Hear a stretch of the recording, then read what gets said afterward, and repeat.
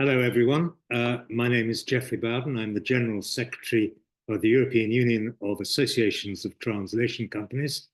That's the EUATC for short, along with my colleague ELIS, who's a Senior Policy Officer at the European Commission. I'll be co-moderating this webinar, which is a Translating Europe workshop. Now, I hope the entire webinar is going to be available in French, German, Italian, and Spanish. If you look at the screen now, which I shall share, you'll see these icons.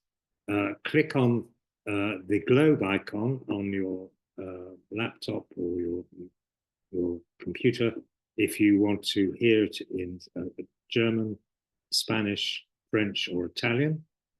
If you want to ask questions and comments, I do encourage you to do so. We will be monitoring all these. Use the question mark icon in the Q&A icon. The purpose of this event is to share the results of the 13th edition of ELIS, the European Language Industry Survey. The main presentation will be followed by a panel session with representatives from the ELIS partners, plus, and this is an innovation, 2 students representing the language industry's next gen. The webinar is being recorded and you will receive a link to access it after the event.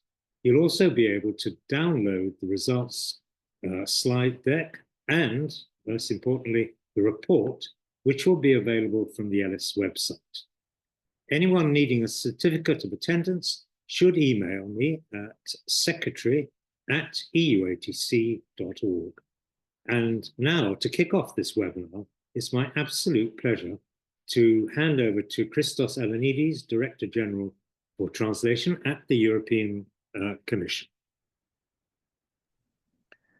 Thank you very much, Geoffrey, and good afternoon, ladies and gentlemen. Welcome to this Translating Europe workshop. This afternoon, as Geoffrey said, we will go over the results of the 13th European Language Industry Survey, or as it is called, ELIS 2025. The ELIS survey remains a genuine, in my opinion, pan-European, cross-country, collaborative initiative. It is important, I think, to take time out from our daily schedules and talk about industry trends, the challenges, but also potential opportunities that we are being confronted with. Before we have a look at the results of the survey, I would like to take a few moments to thank all of the associations and organizations involved in this survey. Start, of course, with the European Union of Associations of Translation Companies, EUATC, especially Heike, Geoffrey, and Rudy following up, and Inkalisa from my team.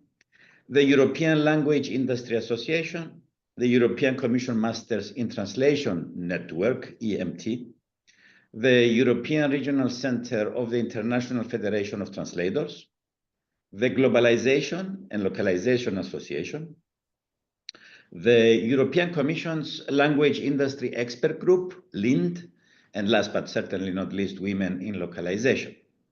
Many thanks in advance also to all the panel members, Sean, Alexandra, Diego, Alison, Jill, Valentina, and Alexander. Of course, we should not forget that we have some young students who hopefully are now providing interpretation from English into French, German, Italian, and Spanish. A big thank you to all of you too. Well, ladies and gentlemen, the recent developments in Europe, America, and the Middle East are really reshaping our geopolitical context. And in fact, they are redefining alliances. Decades-old certainties are put into question as we speak. Marking the first 100 days of the new Commission last week, our President, von der Leyen, spoke of crumbling certainties and the lightning speed of change. And we still, don't forget, have a brutal war raging at our borders. Scenarios which just a few years ago would belong in the sphere of fiction now fill the news bulletins and social media posts in an ever relentless news cycle that we are all experiencing daily. But despite these turbulent times, we see the rise of new technologies offering limitless opportunities in a whole range of professions and industries, including the language industry.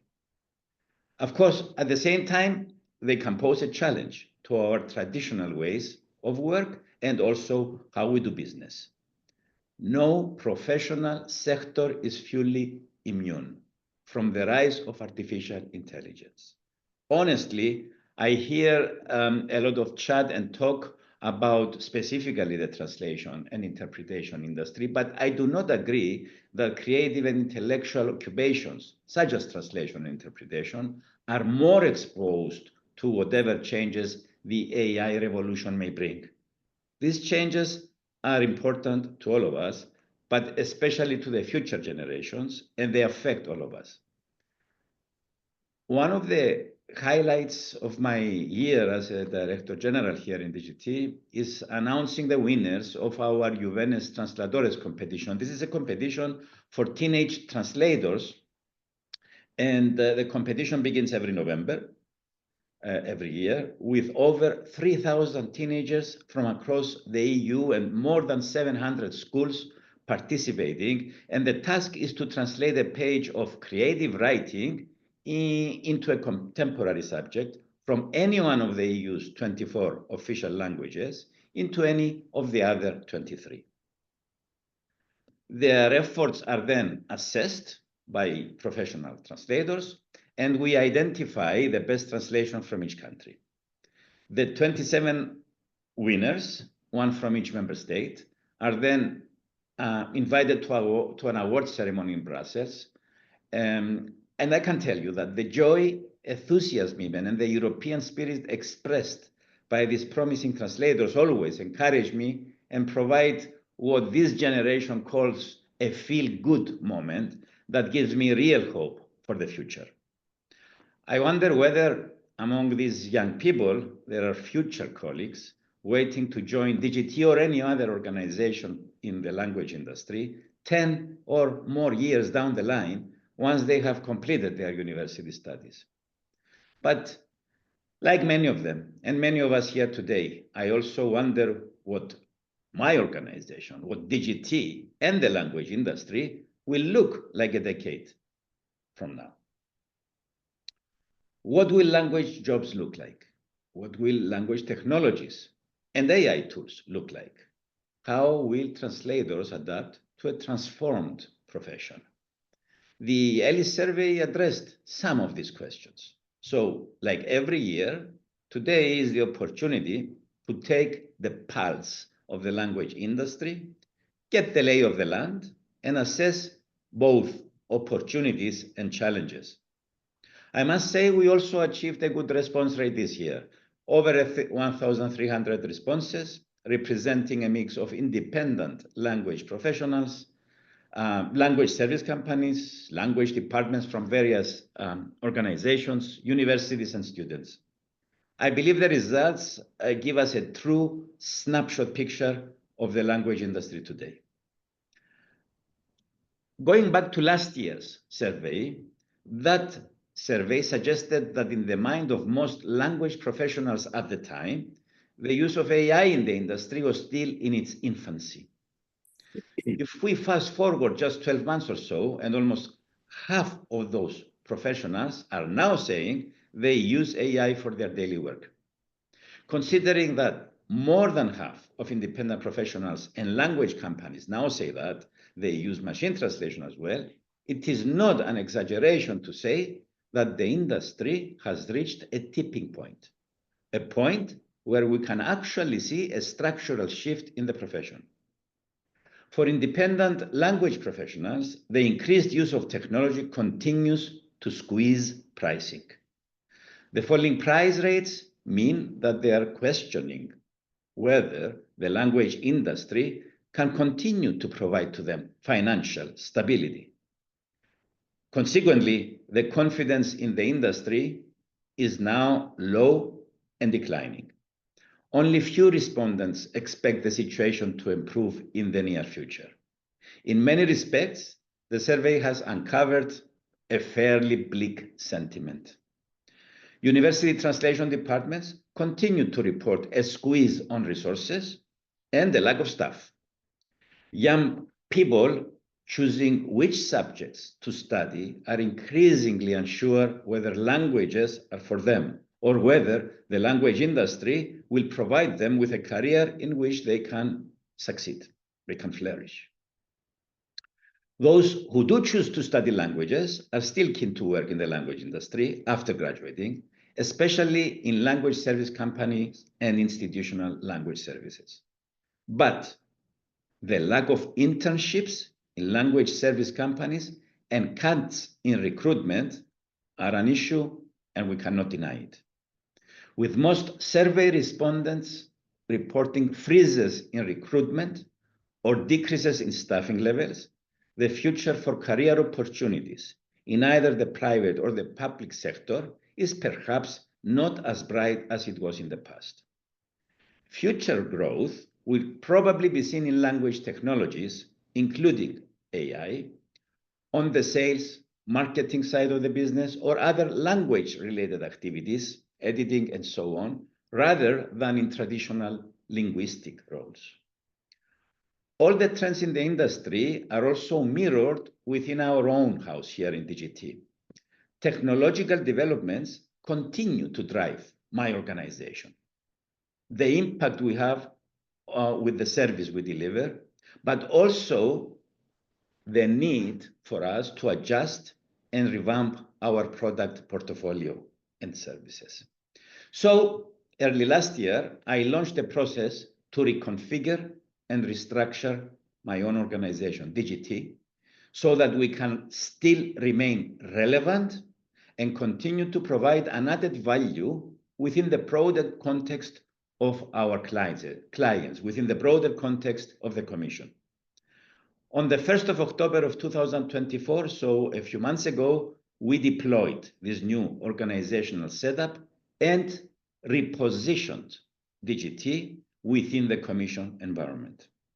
And we did exactly, in my opinion, what every organization should be doing: remain alert and adjust our business model within a constantly evolving environment. What did we do? Some highlights. First, we established a standalone directorate for technology with 4 separate units to tackle each and every aspect of the ongoing technological achievements and advancements. One unit, of course, continues to support the traditional legacy CAT and other IT applications, CAT systems and other IT applications, but a second fully dedicated unit develops and manages our AI-based multilingual services, while a third one deals with data management and ensures that we are able to maintain language sets that we can use to produce what I refer to as an institutional EU large language model, LLM, a model which, by the way, we will make available as open source for those of you that want to use it when it's up and running. We have a 4th unit also dealing with business analytics and statistics, so that completes the whole, if you like, moving forward with this new directorate of technology. But we are also having an impact on the whole of the European Commission by leading an AI network of colleagues here in the Commission, a community focusing on the practical implementation of AI-based solutions throughout the Commission with concrete use cases. Within DGT, we're also currently piloting an AI enhancement feature to make our e-translation system even more powerful. New AI-based services are streamlining the way we deliver. Outside DGT, we have developed a number of other services for use not only by EU institutions, but also by national administrations, academia, small to medium enterprises, and non-governmental organizations. For example, we have an e-briefing service that takes much of the laborious background research out of drawing up briefing papers, and our AI-based e-summary service generates targeted summaries using documents provided by the user, all within a very highly secure environment. That sums up our approach at the Commission. Our policy is and has always been to embrace new and emerging tools when appropriate, to replace, if you like, the fiddly, repetitive parts of the job as far as possible. In other words, we are thinking, let's outsource the legwork to technology while drawing on the essential skills of our translators and editors and other language professionals we have to provide the human and creative touch and that value where they can really make a difference. Establishing a technology pillar within DGT is really part of our response to the trends that have been sweeping the industry the last few years. What is also a fact is that a lot of translators are now actively contributing to all our technological developments while at the same time maintaining their translation capacity. An upskilling process that I consider very necessary for any language professional. But people are still at the heart of DGT.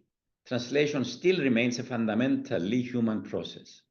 So our number one asset has been and will always be our translators.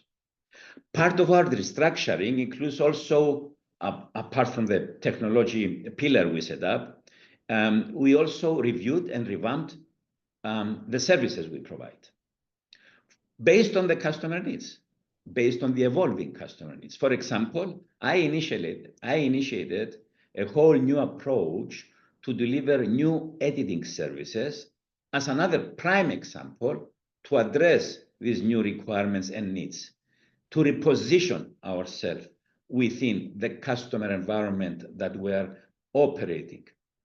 We have also developed a new customer relations management approach that takes into account our changing environment and responds fast to the needs of our customers. Needs that revolve around clear writing, improved drafting, concise and accurate narratives, and so on. We have also reorganized and repositioned our demand management and outsourcing functions, which are essential components of the service. And we are midway in the development of a fully fledged, integrated, and streamlined workflow management system that corresponds to these new ways of working. And the list of initiatives and actions we took to reconfigure and reposition DGT goes on.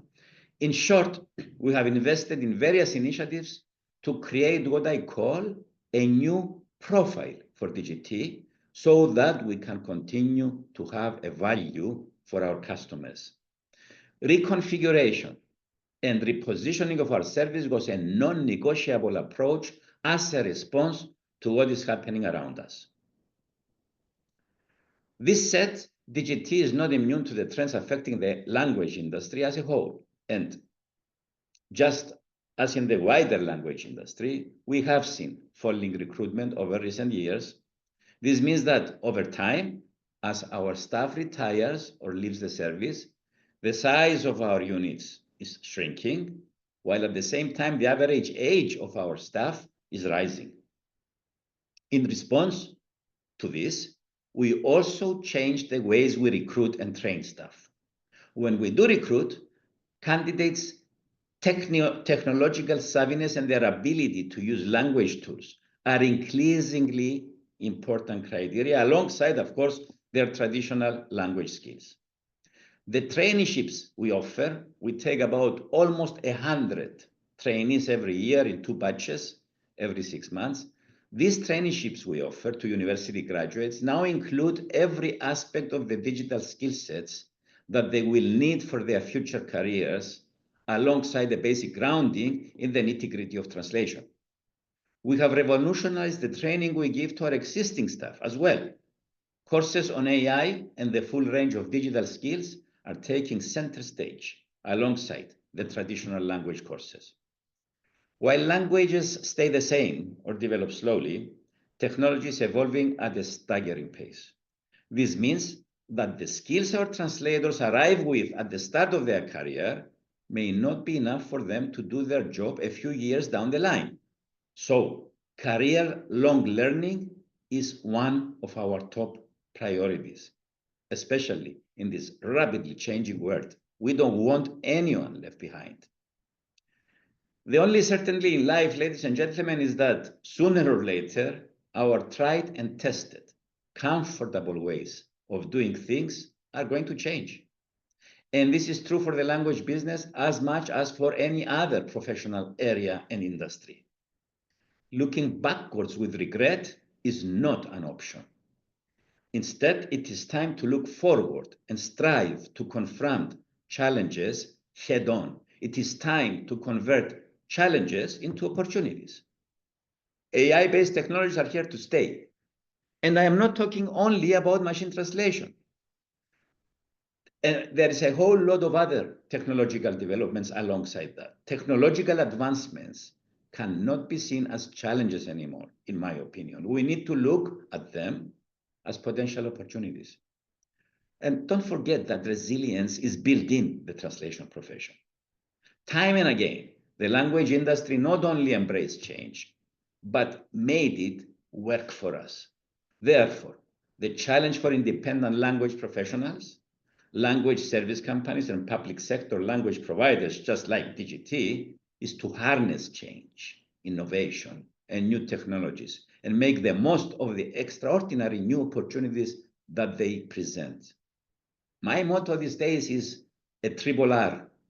It is time to reconfigure, restart, and reposition ourselves.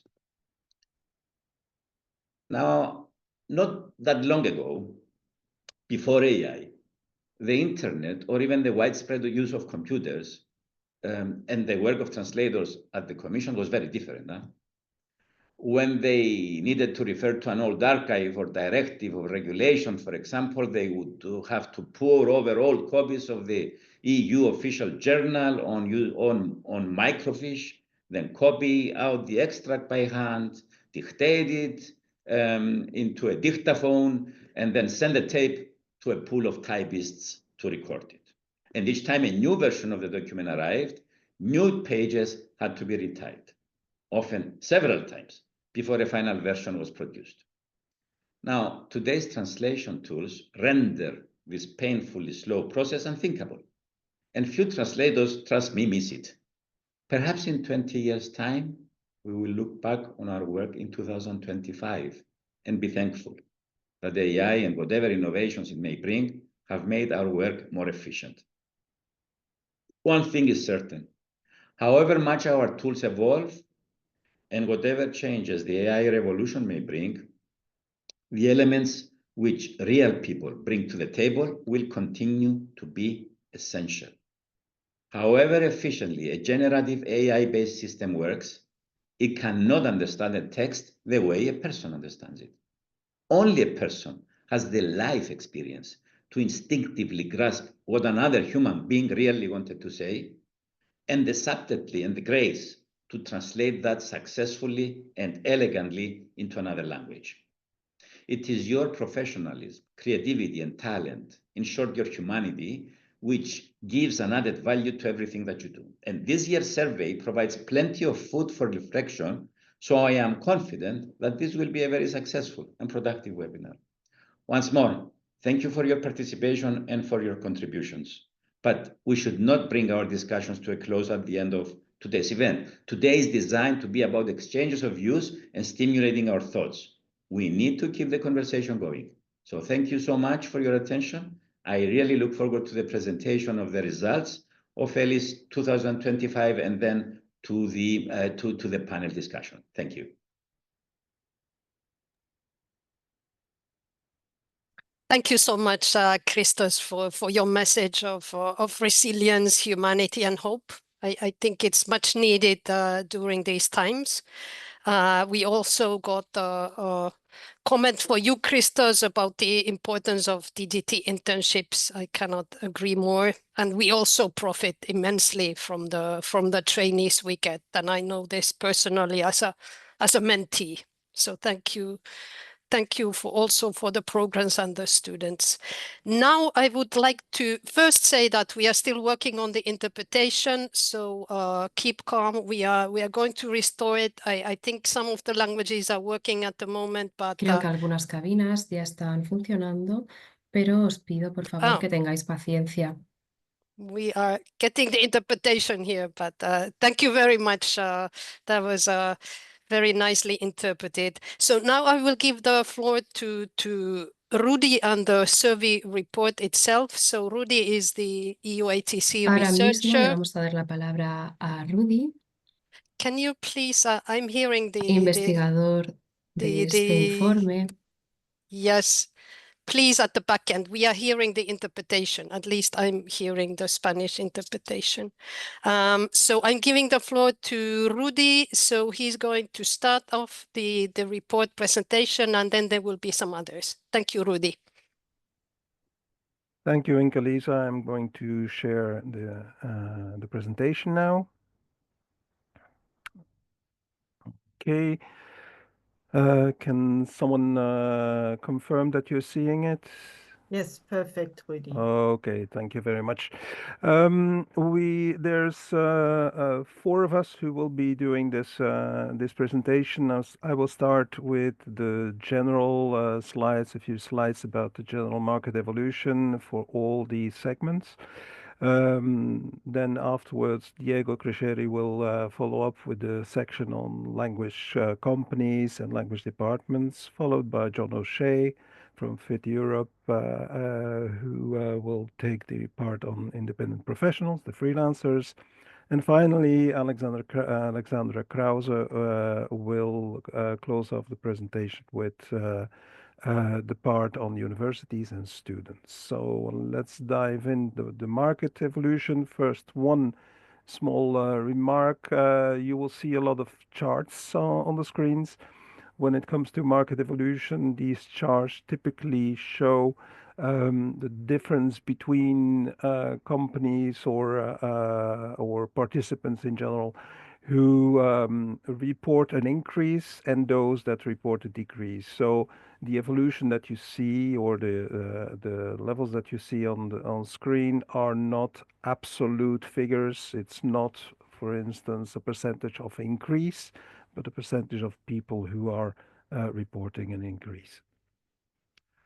Oops, one too much. First, let's look at the market as a whole. As Mr. Elenidis already said, we're seeing a negative evolution. We saw it already last year, but this year it deepens. It's the first time that language companies are also predicting a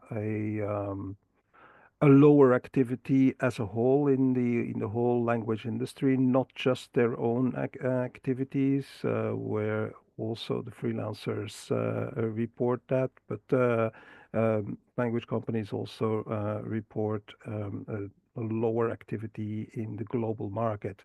This is also this matches the predictions or the reports of other market researchers, like those of Nimsy and Slater, third-party research, where they see a similar situation. Now, it is important to keep in mind that ELIS represents primarily the opinions of independent professionals and small and medium-sized language companies, and not that much those of the really very big enterprises.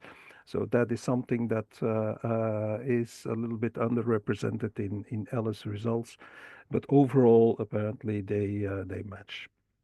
Now, the language departments and the universities are still more optimistic about the language industry as a whole, although they too are suffering from the new developments, mainly through budget restrictions and staff restrictions. Obviously, when the market goes down, then we see that effect also in other areas, not just the revenues or the income levels, but also staffing, financial stability, budgets, and so on will go down as well. And we see that confirmed in the results. Not surprisingly, this all leads to a very negative sentiment. Traditionally, ELIS monitors that sentiment through investment opinions or investment plans. And when you look at the rightmost column in the table, 2025, you see at the bottom that we are at a really the lowest figure in country average, the lowest figure that we've had since 2018, which obviously is not a pleasant message to bring. On the other hand, you also see a lot of gray in there, which means that there are quite a few countries where there are not enough replies to these questions to draw a representative conclusion. That is important to keep in mind. When we're talking about M&A, because mergers and acquisitions, this is obviously a hot debated topic in a lot of discussions. We see that this sentiment has not dramatically changed. There's more a selling sentiment more rather than buying. But we also see this year that the intentions that were expressed last year are converted to actions. 12 of the respondents are actually currently involved in an M&A transaction, which is much more than we saw previously. In terms of, sorry, in terms of income levels for the LSC respondents, which are 70% business owners, even those business owners are not satisfied with their own income levels. And obviously that is also matched by the freelance participants, the independent professionals. You see that chart on the right-hand side. That image is not pretty. The evolution is negative since 2022.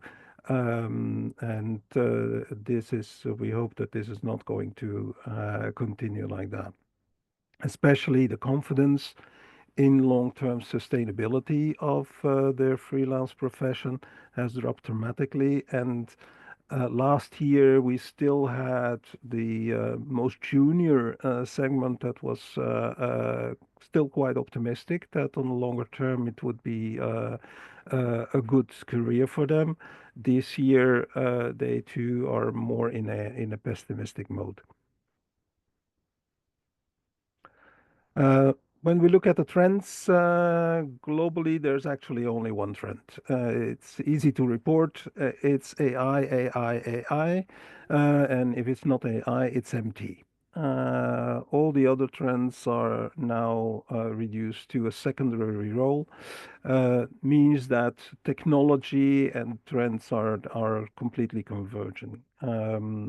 It's actually a very generic feeling that there's a perfect storm going on, in the sense that we have geopolitical crisis, we have economic turmoil, and that incites enterprises, companies, and institutions to save money. And at this moment, there is this new technology, AI, that seemingly gives them the possibility to do so. Unfortunately, with the known effects on industries like the language industry. As I said before, language departments have a more neutral view. They do see that there is a problem for, especially in the language industry with AI, but they also see that this new technology is giving them quite some advantages and that they need it for their own requirements. Gen AI is already implemented in quite a lot of universities, 44% of the staff report that, but the actual use is much lower. So that is also important to keep in mind. There's a big difference between the level of implementation and the actual use. We have been monitoring the actual use of machine translation over the last few years. This year is the first one where it exceeds the 50% mark of professional translation work. So that is important. It's a tipping point for the translation world. MT is used in more than 50% of professional projects. So basically, one could ask the question after these quite negative messages, is a career in this industry still a smart choice? We've seen that students prefer a career in a language-centric role, whether it is in the language industry itself, or in an institution, or a public institution, or another type of enterprise, is less important. And the most important is that its language-centric role. But that type of role actually is diminishing in both in the language departments and in the language companies, and also in the freelance profession. Actually, 23% of the freelancers have indicated that they are considering leaving the industry, so that's already an indication. There obviously will be recruitment. There's always restaffing going on because people are retiring or leaving an industry, and they have to be replaced. But it will be less than before. So yes, it will be difficult. Stepping into the language industry today is going to be difficult. It will require a lot of commitment, a lot of determination, and certainly a keen eye for what the industry is needing.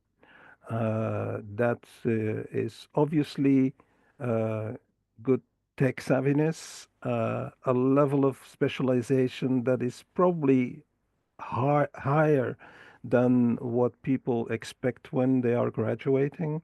So that's important. And to make the difference with AI and other technologies, an extreme focus on quality and an extreme focus on client service. That is going to be required. So this is my part for the generic section. Let's move to the language service companies now. And I give the floor to Diego Cresceri, but I think I first I'm going to share, stop sharing for the second and move to Diego in that case.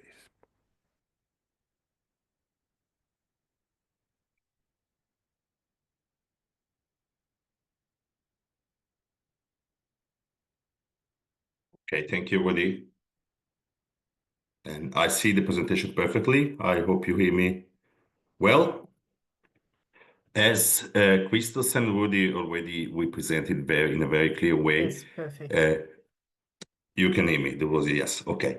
The industry is indeed living significant shifts that are influenced by technological advancements, and you mentioned that many times, also evolving client expectations.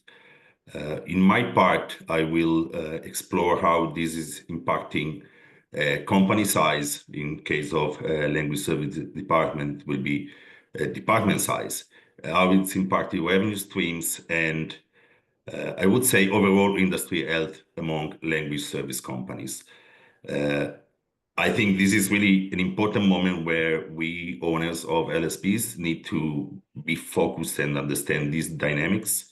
Decision makers needs to be very focused and The professionals that want, to navigate these difficult times, they will need to be really focused on understanding what is happening. And you presented an already a dramatic, I would say, change that is happening. I will need to ask you to move to the next slide. Thank you. So this one is where we analyze the LSC's size and performance.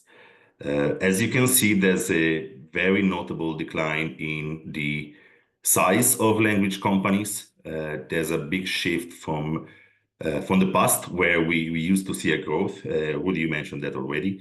Out of the company that replied to the survey, 90 of them have reported a substantial decline in revenue. The average is 19%, which is of course a big loss in revenue. 33 respondents have observed a growth. In this case, the average is 16%. And of course, if you take this data together, it means that there is a negative trend that is reflecting both global and local language markets.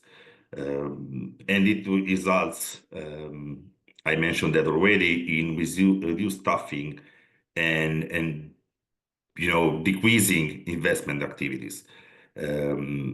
This could mean that there will be some consolidation happening. Rudy mentioned that 12 companies are already discussing M&A activities, or at least we will need language service companies, we will need to adjust our operations. We need to implement different strategies that are more adaptive.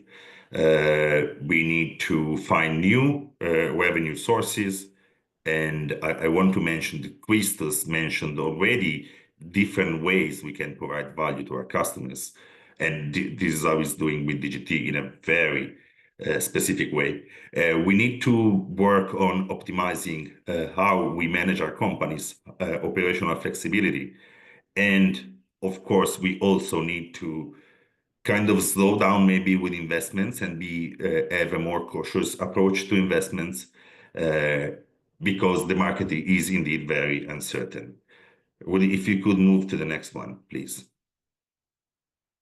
Okay, so this goes more in details about challenges and reactions that are happening in the industry. I will not go through all the data, otherwise it will take forever. Just to give you an overview. As we said, language service companies are facing growing pressures for technological disruptions. Of course, this has to do with artificial intelligence, but also, again, with changing client behaviors. Our clients, whether they are big multi-language vendors or they are end customers, are changing what they need and what they are asking us to do. All of the respondents are anticipating a really deep industry transformation that is, of course, again, driven by automation and AI. Traditional translation services are expected to shrink, which can be a danger, a concern for small companies and freelancers, while big companies, which are not very well represented in this survey, I would say, they might flourish by setting them and occupying niche markets. There is something that you can see in this data, that despite these predictions, despite the fact that language service companies are predicting a shrink in the traditional translation service part of their business, we again, in general, language service companies, we are still reacting to what is happening to these changes with very conventional responses, like we are intensifying sales efforts, we are working on our internal costs. So there's basically a disconnection between what we are aware of, which is traditional translation is shrinking, and where we are putting our efforts to make our companies future-proof. What companies now need to do, and it's pretty clear, is that we need to innovate strategically. We need to embrace diversification of our services. And as I said, we need to adapt our business models to keep up with the changes and to be able to succeed in this market that is evolving very quickly. Rudy, please. Okay, thank you. So again, I already mentioned that there is an awareness, very specific awareness on where we think there will be growth and market performance. Companies are planning growth in areas that are familiar to us rather than really exploring new market opportunities. For instance, post-evidence services have demonstrated the weakest performance in 2024, but we are still prioritizing that kind of service. National business is still strategic, but is giving disappointing returns. On the other side, strategic sectors such as corporate communication, legal services are performing better. So this is good news, suggesting that, aligning what we want to do, our growth strategies, with data rather than what we think is going to happen, is for sure bringing better results. The companies that are performing well typically have strong direct relationships. We already mentioned that it's important to communicate with our customers, whereas those heavily reliant on, subcontracting through larger companies are really facing the biggest challenges in achieving growth. So this is pretty clear in the data here, and you can see all the graphs. Thank you. I didn't even have to ask. This is the last slide on language service companies. As we've been saying, first Christos, then Rudy, and then myself, artificial intelligence has had a very deep impact on language service companies, and 60% are reporting negative effects generally, primarily due to, of course, the reduced rates. And for some months, I lived at my company as well, clients were kind of uncertain where to invest. However, those who successfully integrated AI technologies, they are starting, I would say, to experience benefits, have an increased efficiency, saving costs, and they have been able to add new service offerings. But despite these positive experiences, there are many companies that still remain unfamiliar with typical AI-specific roles and how to best leverage them. And this is still a problem. AI implementation for other departments in language service companies that are not directly related to translation is really limited, which means also that there is some potential that can be freed and that is still not tapped. To fully use and capitalize on AI benefits, language service companies must invest in training, of course. They might find new ways, for instance, of pricing their services, and they need to be able to really present in the best way the value proposition of their AI-based services to our customers. That's the only way where we can reduce uncertainty and really leverage the advantage of AI that AI can offer. Thank you, Rudy. Thank you. Okay. So now we'll be talking about language departments, meaning departments that take care of translation in a very broad way in end customers on the buyer side. As Rudy mentioned already, the role within these organizations is also rapidly evolving. It's been influenced by But the same reasons that we language service companies are affected, there are structural changes and really strong strategic shifts in management practices as well. There are different challenges that language departments need to navigate, including staffing, budgeting, and of course, technological integration. This is valid also for them, which is of course crucial to support global operations. These departments now more than ever need to require a very strategic positioning within their organizations to maximize their impact and their effectiveness and how they are considered by the management. Moving to structure, thank you, Rudy.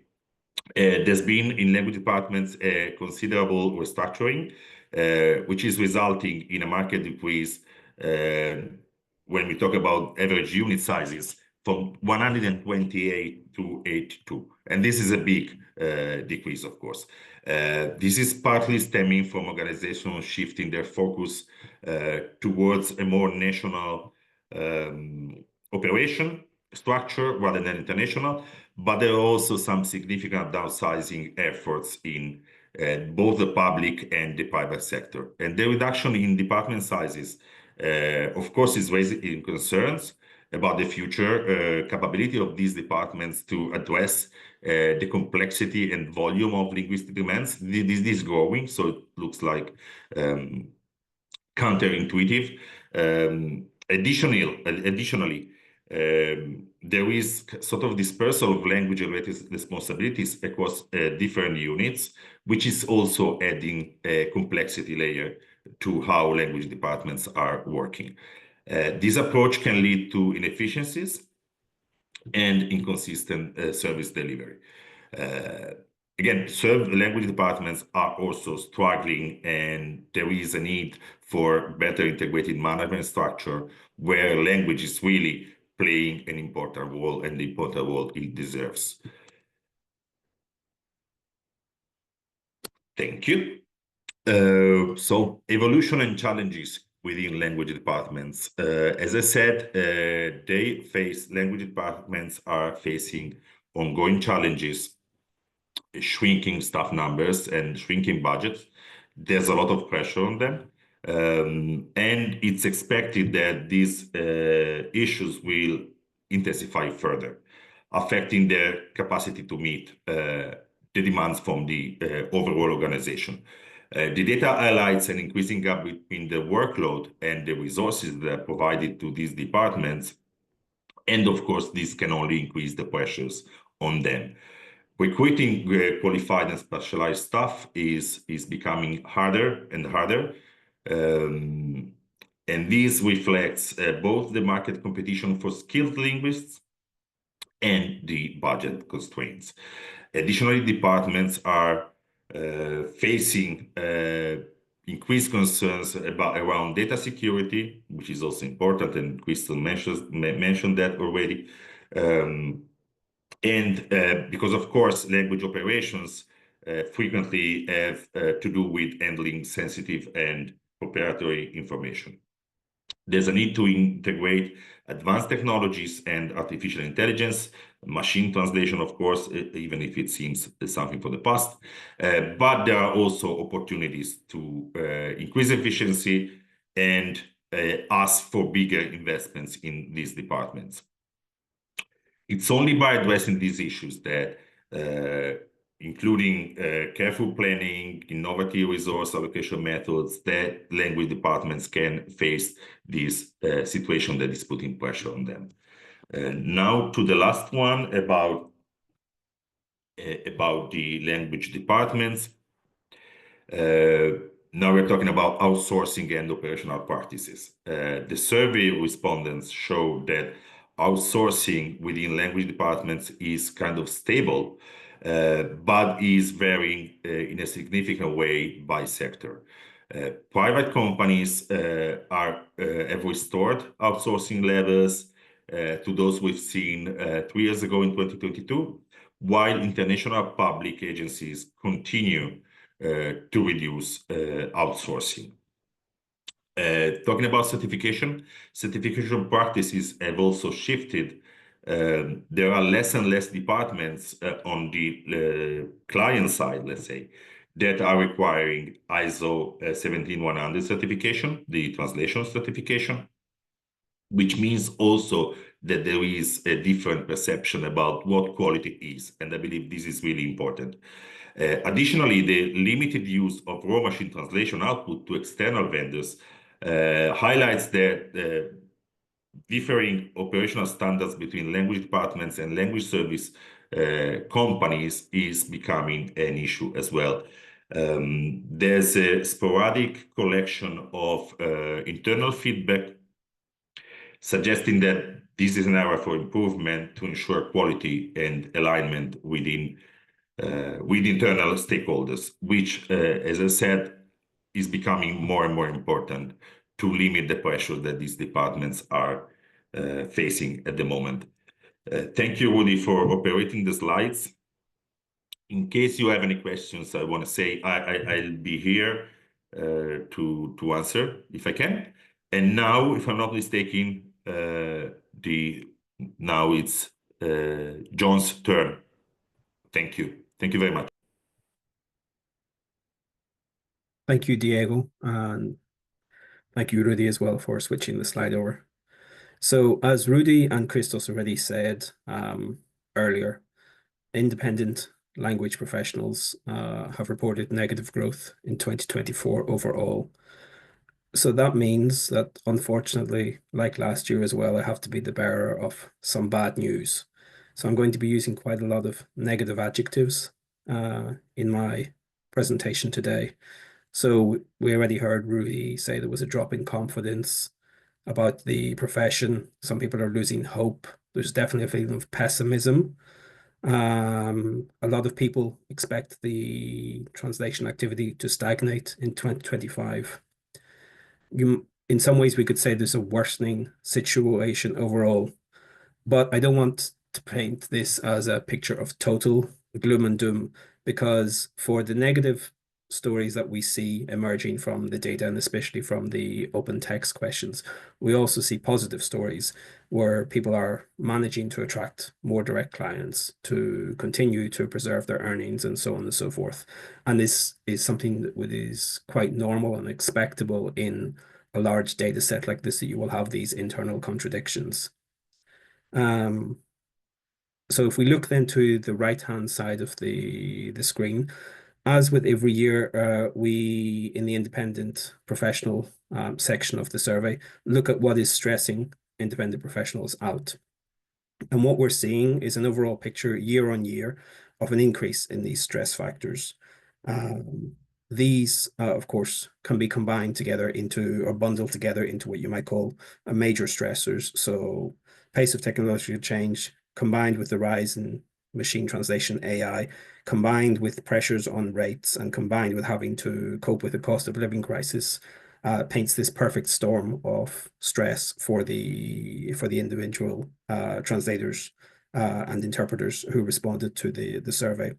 One interesting thing that we've seen, and it emerged a bit last year as well, is that relationships with project managers inside LSCs seems to be somewhat improving. So what we're seeing overall is a quite difficult situation. It's not that radically different, I would say, from the last few years. It's quite a similar picture. And of course, since we're seeing this consistency in translators feeling stressed about their working practices, about not earning enough, so on and so forth, the question transforms into, okay, that's the situation. What can we do to respond to this from now on? And in effect, what we're seeing in the responses from the independent professionals are two major categories of response. And one of those is fight. So people are adding new services, developing new skills, increasing their level of specialization, things which Rudy and Diego have both alluded to as well. And another major reaction is flight. And I think Rudy mentioned this as well. So we are seeing for the first time ever the stickiness of the profession. And by stickiness, I mean that people want to stay. When they join the translation or interpreting professions, they want to stay. They quite like this type of work. they join it because they're into languages and so forth, and they don't want to consider leaving it. But now we're seeing that fundamental idea of the stickiness of the profession being challenged, because this year, for the first time ever, we see 23% of the independent professionals saying that they're considering leaving. And if we look deeper into the data, a lot of those people will be older professionals, possibly closer to the end of their career than to the start of it.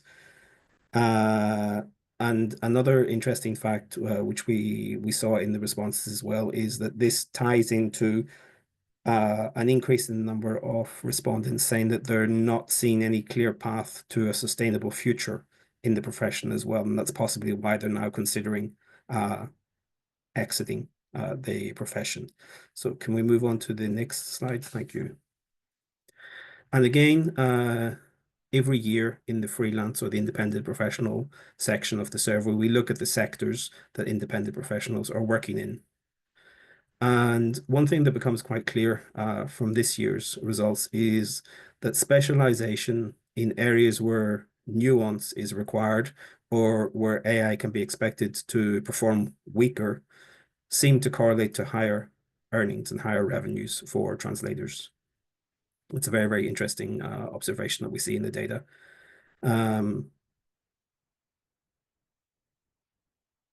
Different types of, and something else that we haven't explored before in the past, which is now the chart on the right hand side, is like in the past we asked, like, do you work with LSCs or do you work with direct clients? And we know from past editions of the survey that around 40% or 2/5 of independent professionals were working with direct clients. But this year we decided to look in this in a more fine-grained manner, and we divided them into large direct clients, smaller direct clients, large LSCs, small LSCs, to try and see if there's any more interesting information in there.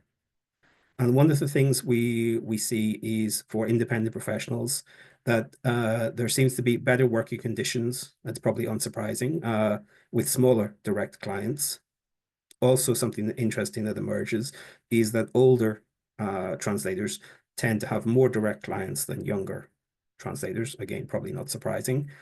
Interestingly as well, because we asked a whole series of questions, which were not presented here on the screen, but they are presented in great detail in the report about rates and negotiations and payment practices and so on and so forth, that it is easier to negotiate rates than it is to negotiate payment terms. Generally, also, it's easier to negotiate with smaller direct clients than it is with larger ones. And many independent professionals report that it's almost impossible to negotiate payment terms and conditions with large LSCs. That in reality, what large LSCs are doing is they are imposing their working terms and their working conditions and their rates on the independent professionals. This possibly raises several questions. Perhaps there's an issue of competition law that we need to be looking at here, and the exercise of dominant position. Another thing that for sure that we need to be looking at from that is the discussions that we had last year as well about fair pay and the amount of money that people are earning. And maybe we need to be re-examining the roles that associations on both sides have to play. So both the associations of translation companies and the associations of translators and interpreters. Because if individuals cannot be negotiating these things themselves, maybe they need to turn to their collective organizations to do that better for them. Can we move on to the next slide, please, Rudy? So also one of the things that we look at for the independent professionals is these questions of technological use. Again, Rudy, Christos, and Diego have all spoken about this as well. And the picture in relation to technology and technological tools is largely unchanged, I would say, for the independent professionals. What we do see in terms of a change is an increase in the usage of machine translation. And an interesting development this year is that there's a lot of independent professionals who are using machine translation on their own initiative. So it's not a requirement from the client, that they're opting to use it themselves. So they're possibly becoming more comfortable with the technology itself. And what we see from examining the open text questions and the responses that are provided to them is that a lot of translators do see it just as a tool to be used when and where it makes sense. But this is also accompanied by a concern that there's a reckless use of machine translation and AI on the client side, and that does not seem to be accompanied by an awareness of the risk of using these technologies. But having said that, if you look at which chart is it? The one on the top left-hand side of the screen, that translation memories continue to be the largest technology which is being used. They far outstrip machine technology still. And other traditional tools are quite highly used as well, like quality assessment tools, term bases, and so on and so forth. And this year, last year we had also asked some questions about AI, but this year we asked a lot more questions about AI. And what we see, and I think Christos alluded to at the beginning as well, is that AI is being used more frequently by independent professionals now.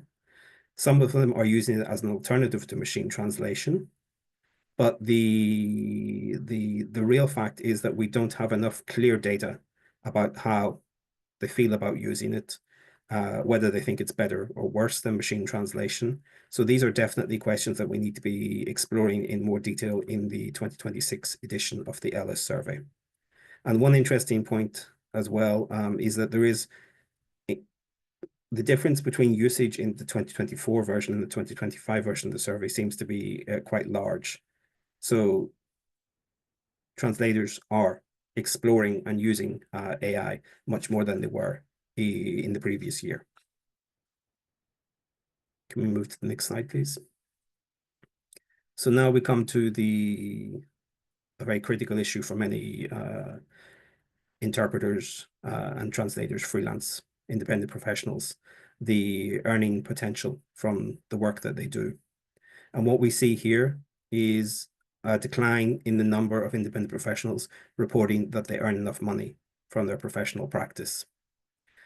To be perfectly honest, we did expect that there would be a sharper drop in the figures this year, but it didn't happen. So we see a drop from 58% last year to 57% this year from people, whether they're earning enough as a freelance translator or interpreter.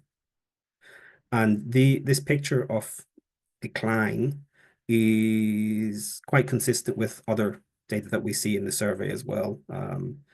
It's consistent with this idea of a loss of confidence in the continued growth or recovery of the market.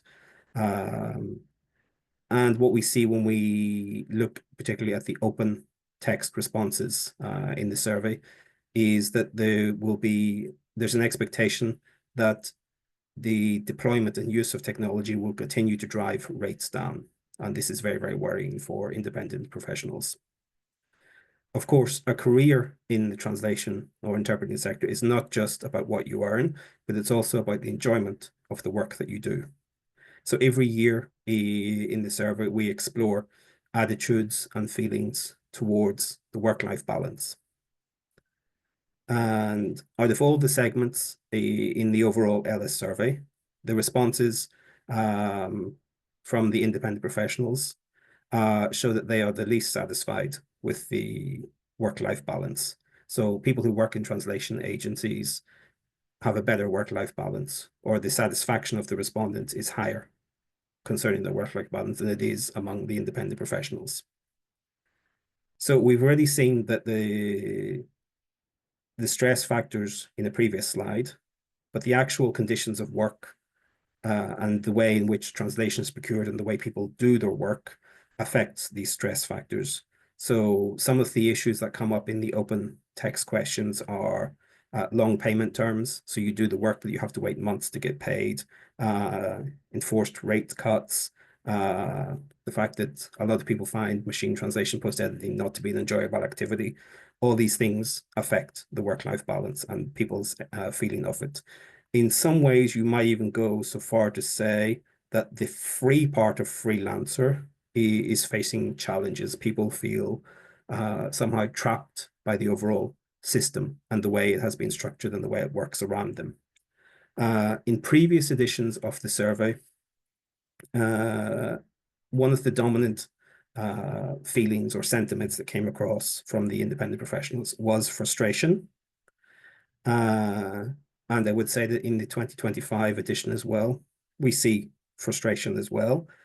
But this year it seems to be more tempered than before. There seems to be less anger associated with that frustration and more resignation. That perhaps this is an awareness that these are industry-wide challenges. So that there seems to be that shift in the sentiment. It's not quite as harsh as it was in previous years. And if I had to summarize this down into one sentence, I think it comes across that independent professionals do not feel in control of their own professional destiny. And this, I think, also ties into the responses that we had about the future sustainability of the profession. And to the point that Rudy mentioned at the beginning, which I also reiterated, that there's a sharp increase in the number of people saying that they are now considering actively leaving the profession. So we need, sorry, if we can go back to the previous slide, Rudy.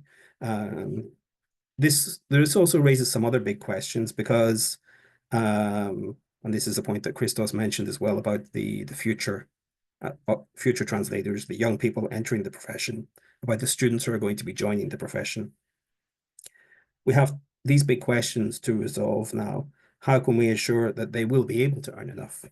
How can we ensure that they will stay in the profession, even if they join it, or that they will feel inspired to do the demanding work that translation and interpreting is? Can we move on to the last slide, please?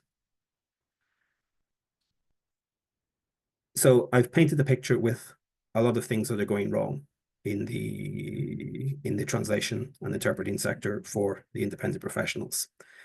And one of the objectives that we had when we were developing this year's version of the survey was not just to identify what the problems are, but also to start thinking about, well, what are the potential solutions to these things? So on the left-hand side, you can see a lot of the issues which I've been alluding to.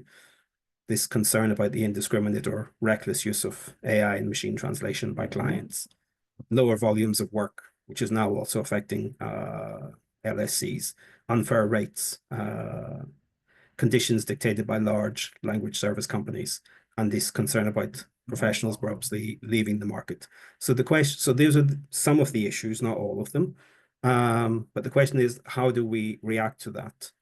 And on the right-hand side, I have some ideas which emerge from the survey data about what could possibly be done. And this is what could be done by independent professionals. So finding more direct clients. But as we heard from Diego, LSCs also want to work with direct clients, so we can perhaps envisage there will be more competition over finding direct clients, working in niche sectors, becoming more specialized. We heard those words from Christos as well. Learning how to set boundaries, how to negotiate better about rates and deadlines, honing your professional skills, becoming better at financial planning, so on and so forth. A key issue that comes across quite a lot in all the responses is networking and collaborating, possibly in the context of professional associations. And again, something which Christos mentions as well, learning how to utilize technology to become much more efficient. But those responses and what the individual professional can do by themselves are not enough to fix these massive big problems that I've outlined here. So we need to start asking questions, well, how are these problems going to be solved? What can translation associations do about this? What can associations of language service companies do about this? What can the policymakers do about this, like DGT and Christos, who's in the audience? So what we're seeing is a picture of all sides of the market being impacted and affected. There is now a common cause for all of us to come together and to try and fix things. This common cause, we've been exploring it in things like the language industry expert group and in the ELIS survey, where all parts work together every year. But now it's quite clear that there are serious problems and that something needs to be done about them. So we hope that in the next version of ELIS, that this approach of being more solution focused will inform the structure of the survey. And again, these questions around not doing it alone, not trying to fix these things on our own as an individual, but what the associations could do is something we'll come back to in the panel discussion. And I think also a bit later towards the end of the presentation of the results today. Thank you very, very much. And now I hand over to Alexandra.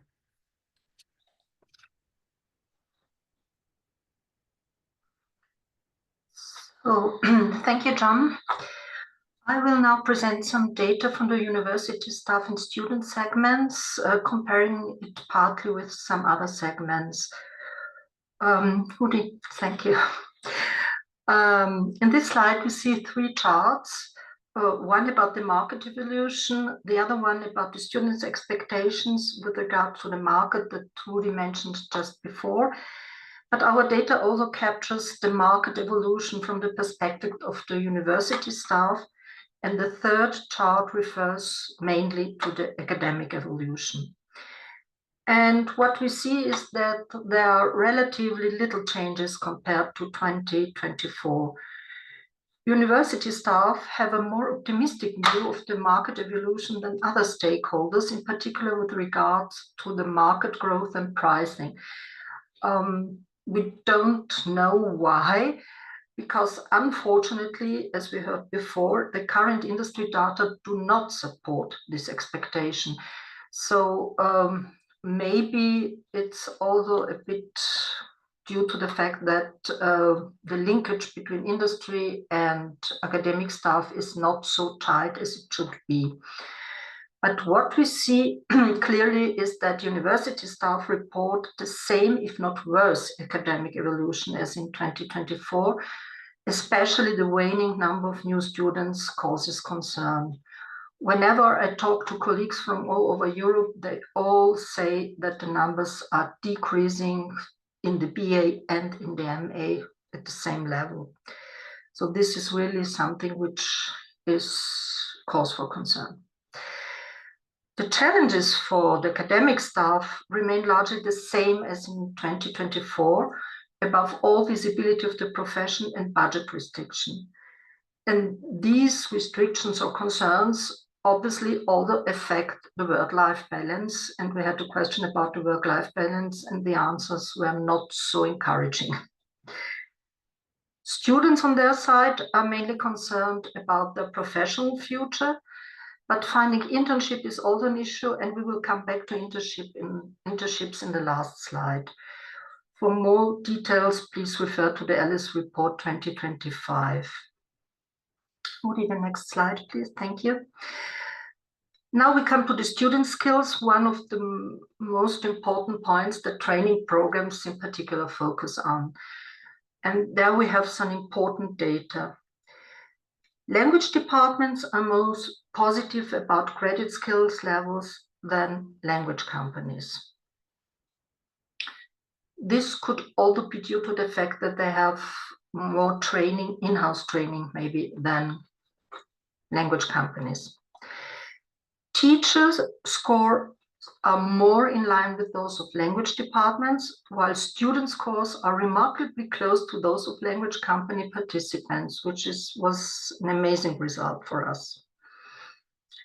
Teacher opinions about employer expectation match to a large extent the skill levels reported by language companies and departments. And this for us is really a positive evolution that indicates that translation programs are focusing on the right skills. So we've made a big progress in this. And there is another positive development. Language companies score translation technology skills considerably higher than in 2024, but there's always room for improvement, but for all these skills. And now coming to one slightly alarming result, project and information management score lower than average across all segments. And this is reason for concern, since these two skills will become even more important in the changing language industry in the future. So we have really to focus on those issues in training. Rudi, the next one, please. The last two statements lead us directly to the next slide, which relates to technology and professionalization. And here we see that all main types of language industry technologies are extensively implemented in the participating training institutes. We can only talk about the training institute who participated in our survey, mainly EMT training institutes. 44% of university staff report that generative AI is implemented, but students indicate that it is used only occasionally. This may depend on individual teachers, or this may reflect the general rules in the different departments, which may not be really implemented in teaching, because there is a discrepancy between what teachers believe and what students experience. The implementation of technology is consistently high in universities belonging to the EMT network, with the exception of distant interpreting. There, the explanation could be that EMT universities have rarely mixed or genuine interpreting strands, so distant interpreting is not that issue for the EMT universities. And as for the professional preparation activities, university staff data show a similar EMT versus non-EMT difference, but this difference is contradicted by data provided by students, but the number of replies is not that high that there could be some deviations. One clear conclusion is that students rely massively on their teachers for information about the language industry. And to me personally, this last conclusion means that we need to foster the cooperation between academic staff and the language industry, so that teachers provide students with a realistic picture of the language industry. But at the same time, academics should be given enough time to do so. We had one question about this issue, how they deal with the language industry, and some academics stated that they don't have the time to deal with the language industry due to all other bureaucratic and teaching constraints.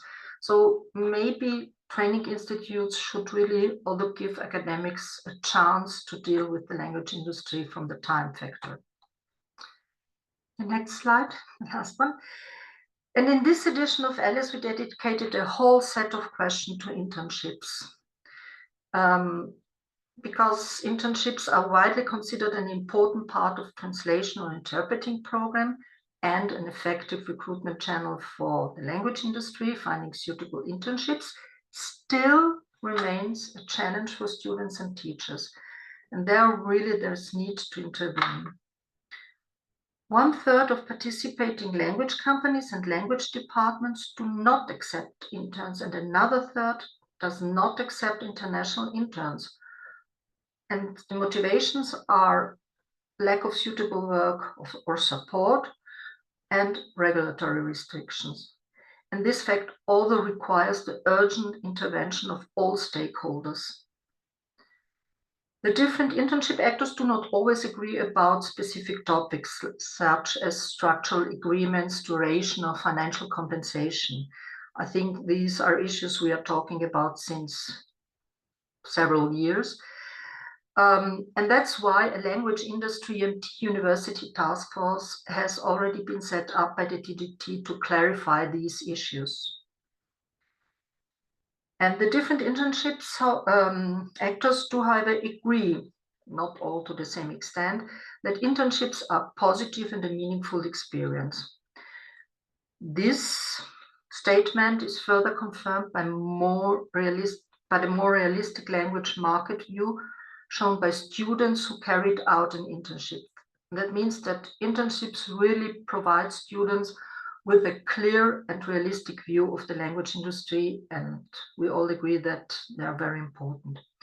But for we had many more questions about internships, and we collected different data about internships, And there I would also like to refer you to the ELIS report 2025 on this topic. This was my part. Thank you.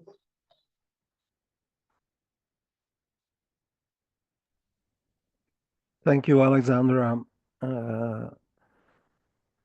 Yeah. Okay. See if I can. Yeah, I'm back. Just a few final words in the presentation. What does the ELIS answers tell us actually? In a few words, we're going through a structural change. Actually, 3/4 of the participants confirm that. It's not something that will go away by itself. This is structural. Something is broken. And what is broken is actually the balance between technology and the human services. The solution to mend this break is not yet completely clear, but that this balance is broken is quite clear. We see that the small and medium-sized companies, as well as the independent professionals, are hit particularly hard by the evolution, much harder than the larger ones, or a specific segment which is also underrepresented in ELIS, which is the audiovisual translation market, especially dedicated interpreting companies or subtitling companies, for instance. We see that language departments in universities are a little bit more positive, but they feel the impact too in their budgets, restrictions, the lower number of students, and so on. About the students, a really hopeful finding is that students are really realistic.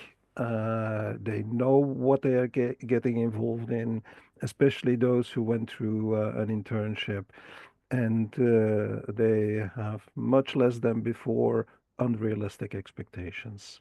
Now, John already mentioned what about language industry associations? What are they doing about this, the whole thing? And well, actually, the question is, what can they do, and what should they do, and what are the language providers are looking for? And they're looking for a number of specific things. First of all, guidance. How should they react? How can they react to the changes? And John already mentioned the things that independent professionals can do to improve their situations. Also, they do not always know with whom they can work together, how to network, how to cooperate. Before, networking and cooperation were nice to haves. Now they become lifesavers or profession savers. So they need an answer to that. They need information. They need to support how to reskill, how to upskill themselves, how to develop new activities, and how to change service focus. Not everybody knows that by themselves. And finally, they need clear and fair rules of the game. Especially for the independent professionals, that is extremely important, as we've heard from John. Yes, associations can and they do help. There's been, in the last few months, there have been a number of AI webinars that have been organized by different language associations, both national and international, including EUATC, FIT as well. So they are going on. Especially FIT is organizing continuous training programs in most countries. Associations provide plenty of opportunities for networking and collaborations. Most associations have organized events, organized conferences where people can talk with each other, with peers, with other people from other segments, professionals, with language companies, with universities, with institutions. So that's perfectly possible. In a number of countries, there are cross-segment agreements in place. The one, in my opinion, that started it was Hungary, where there is an agreement in place between the Association of Freelance Translators and the Association of Translation Companies. So that kind of agreement is something that associations can create. And last but not least, associations, as John already mentioned, they have a duty to assist policymakers to create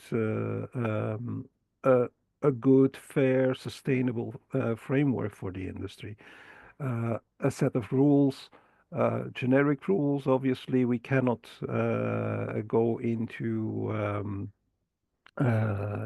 too much regulatory rules, but something that is sustainable for the industry as a whole, not just for one segment.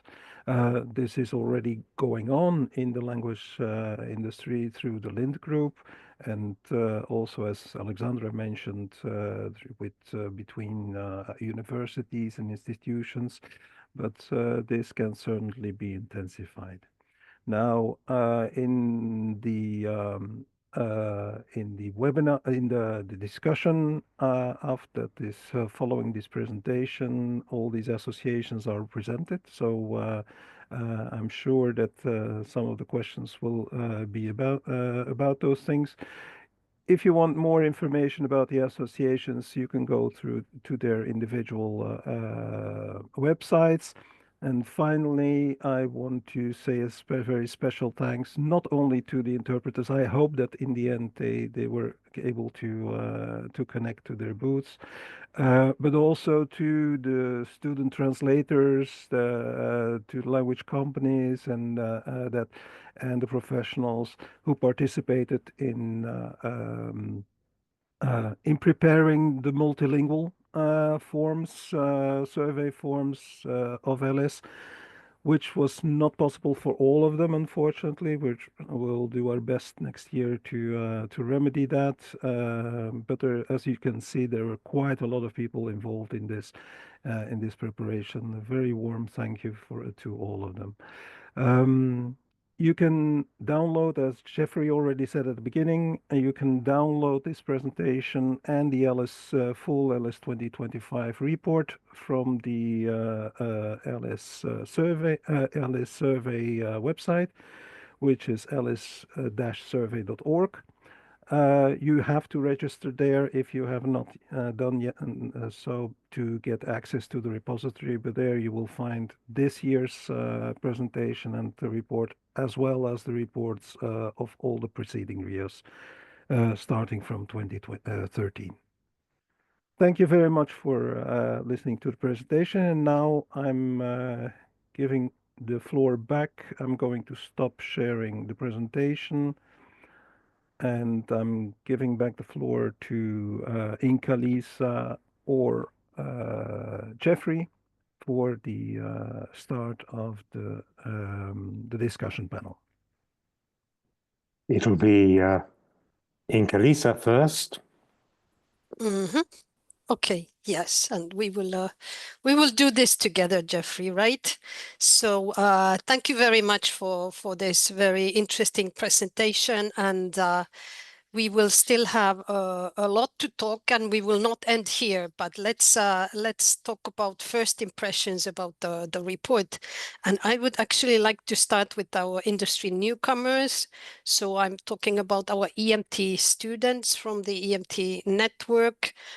We have here from the Louvain School of Translation and Interpretation, a dynamic duo of Alexander Loves and Valentina Claude. So I give you the choice of who will start and kick off the discussion. But I would like to ask you, as we read in the slide from Rudy, that students are realistic. So this was the statement.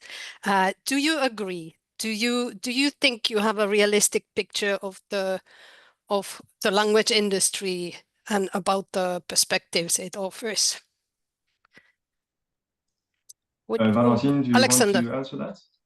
Okay, I can. Thank you. Yes, I think we have, and even though the future seems a bit gloomy, I mean, it kind of confirmed what I had in mind before. Yeah. Yeah, I would like to say that I agree. I think there's, ever since the beginning, there's always a bit of a sentiment that we know that we're getting into a profession that's not necessarily the easiest, maybe not necessarily the best paid, and so on. Also, a not protected profession, une profession non protégée, we say in French. I think we still do it because a lot of us, we like languages. That's what we're mainly good at. But I do believe the freelance translators who responded to the survey, 57% of them saying that they don't earn enough. I think a lot of the students are aware of that. Yes. Thank you for those comments. I don't know whether it's appropriate just to give you there's been a poll going on in the background while we've all been talking. And I'm just doing the maths here because we've got 35% plus 19%. Well, there's a lot of people who are anxious. So 35% are anxious. 19% are not confident at all.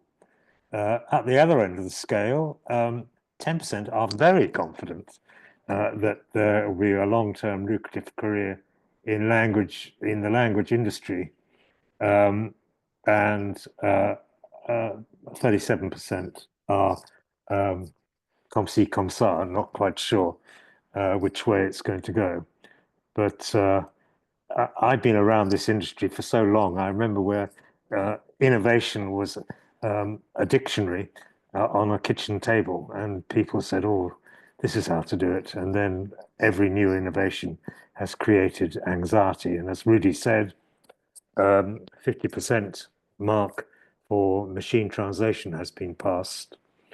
I wonder whether I could ask, because a lot of the survey is about this, what is happening in Europe. And I wonder whether I could ask Alison and Jill, who ply their trade on the other side of the pond, because there have been some geopolitical changes in the US, which inevitably will also impact on this side of the Atlantic, with talk of trade wars and all the rest of it. But how are the larger LSCs faring at the moment with the sort of changes going on in Washington? I'll start. I mean, just to be clear, GALA is not a US-based organization, and 62% No, of course. of our 62% of our members are in Europe, so only 27% in the USA. We have heard some stories about impacts, about lost contracts, specifically lost government contracts. So to the extent that an LSC is working for the US government, those folks are feeling pain. I would say, to answer your question about the size, the large versus the small, there are two storylines, and I would say that truly in the end, it's a mixed bag, as we say. However, GALA did a global survey at the end of last year, and what we see is that larger companies are faring better. They're reporting stronger revenues and stronger profit, or less loss. And so I would say that the larger companies are doing better. They're going to feel less impact. That's true regardless of geopolitical situations. I think we may talk a little bit more about the size difference later, but Jill, over to you if you have any observations. So speaking from and on behalf of women in localization, we too, our board and our members are all over, of course, the world. I can say that there has been depending upon where you work in the industry, if you are involved in healthcare, that's been a huge with some of the things that have come out recently, politically, a little bit legally. We've seen some of those who work maybe in the legal side. I think more than anything, it's creating a lot of uncertainty. So more afraid, kind of holding back maybe some of the plans for whatever your, expansion or things that you want to kick off. You're not sure, because from day to day, it's flipping right now. What we're getting in the news and in the political situation can change from day to day. And you can be like, oh, this is horrible. And then 2 days later, it's like, okay, this was pulled back. So I think number one, yes, it's more than anything. There's a lot of what's going on is creating uncertainty. Everything hasn't crashed, so to speak, right, just yet, or anything like that. On speaking on behalf of some of the individuals who work in or on the board, we encompass everything from, those who own their own agencies, right? To people who work for large LSCs, to small LSCs, to those involved in not-for-profits even in the industry. It's so broad, but I can say that to Allison's point, one, I think the larger LSC are going to fare better unless they're maybe in a specialty that will be able to might have some more time to get ready and to implement what's going on, whether it's technologies or be able to deal with the Gen AI that's disruption, because it will influence some customers and clients more than others. And when it comes to specifically speaking to LSCs, I will say that the larger customers right now, in the good old days, you would be speaking, Jeff, you'd be like, these are huge accounts. This is great. They're the first ones to embrace the Gen AI and everything that's going on. And I've seen a real shift in that. And so having a broader client base and more diversified, I would say, is kind of the hope and kind of what people are trying to lean on right now, if that makes sense. Thanks very much, Jill. Sorry, it's long-winded, but no, it's all good. Inkalisa, I think you've picked up a couple of questions you wanted to put to our panel. Yes. There has been a very active discussion on many things. I wanted to start with this point on AI. So there was a particular comment from, I think it's Johannes Purer, and he thinks that AI has set a negative tone, and regardless, we only talk about AI, and he is claiming that we should have more confidence, putting our foot down, and deal with the things. I see Diego already smiling. Do you want to comment on this? I'm not smiling because of the comment itself, of course. I'm smiling. He's right. Okay, he's right.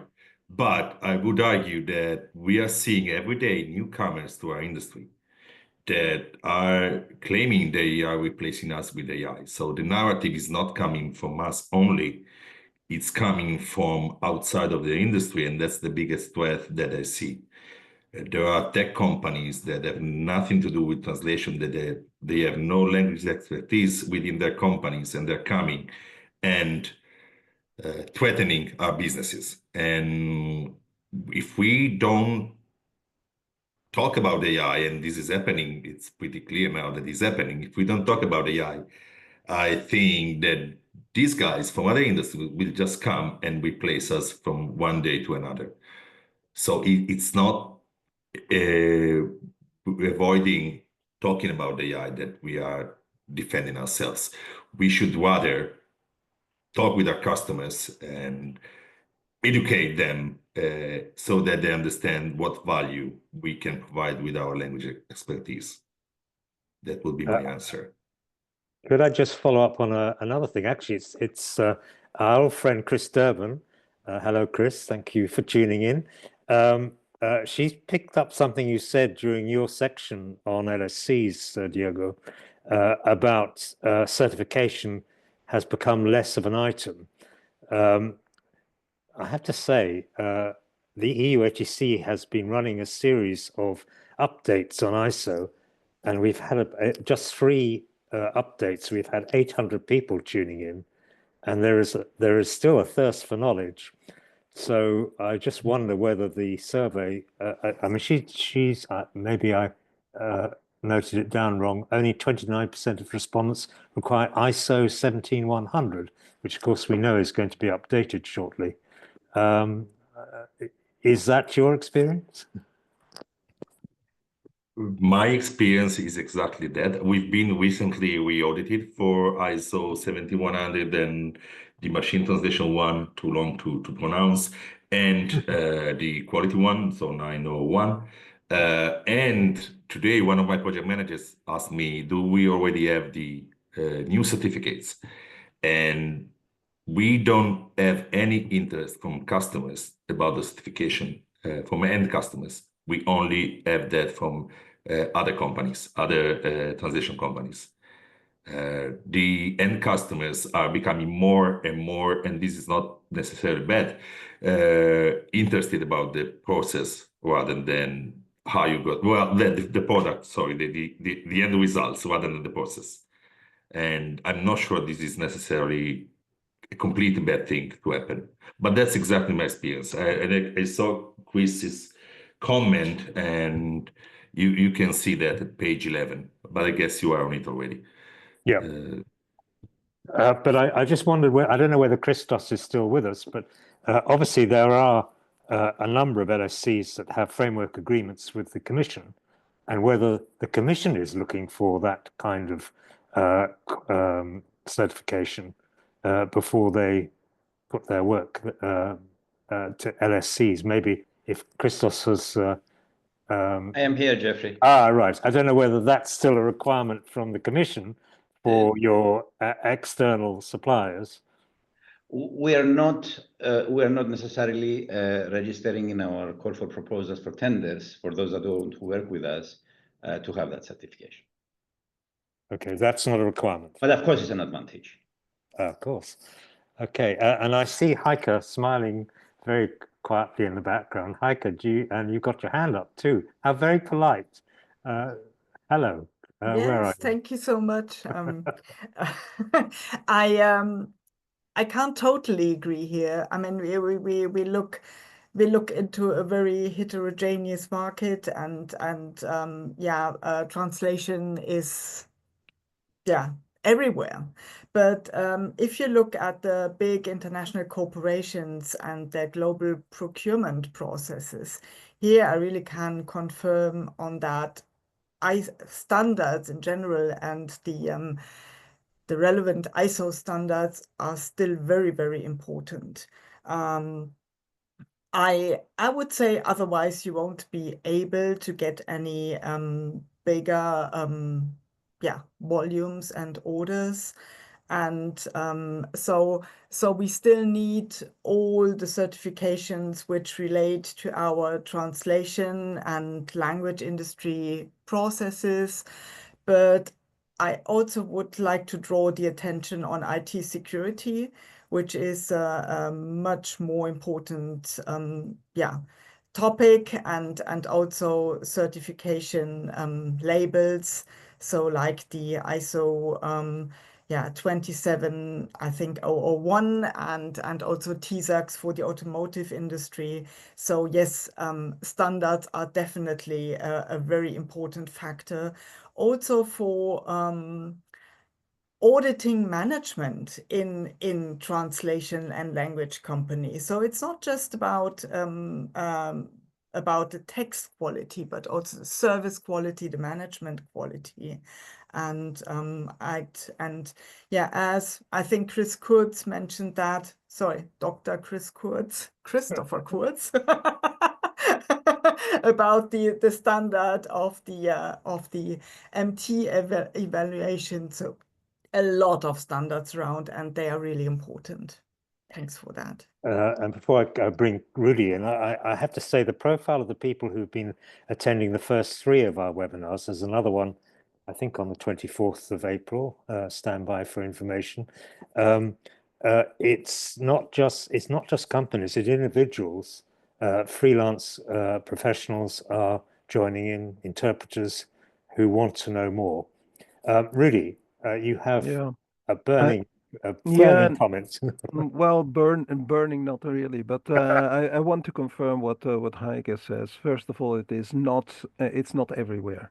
Not everybody is tuning down their requirements for certification, but it's something generic that we've seen in the data, and I think it has more to do with priorities than anything else. It's not that I think it's less important.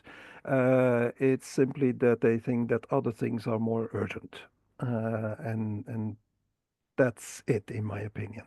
Now, the second thing where I completely agree with what Heike said, it's not just about the certification itself. It's about the whole process that you go through as a company to obtain the certification and the advantage that you get by doing so. By streamlining your processes and so on. So it's not just for marketing purposes, let's call it like that, but or to win a contract, but also to improve your own operations. And that's an advantage of especially 17100. That is not to be underestimated, I believe. And what you said about interpreters and translators who are joining the webinars about certification, it's logical because there's also certifications of just for professionals. If you look at the ISO standard for legal translation, for instance, a company cannot certify for that. It's only the independent professional who can certify for it. So that is that's one of the reasons why they are also interested. And we've seen a few language departments who did require that. I don't remember the number exactly. John probably knows it, but I saw a number of them who require that specific certification. Indeed, and we've had updates on certification for interpreters, interpreters' environments. All these things affect individual professional linguists. So I think ISO is still an important factor in people's lives. I don't know whether John wants to come in on that because he is a legal translator. I can't remember the exact figure. I just know that it's one of the least used standards. It's important, but not a lot of people actually demand it or probably even know about it.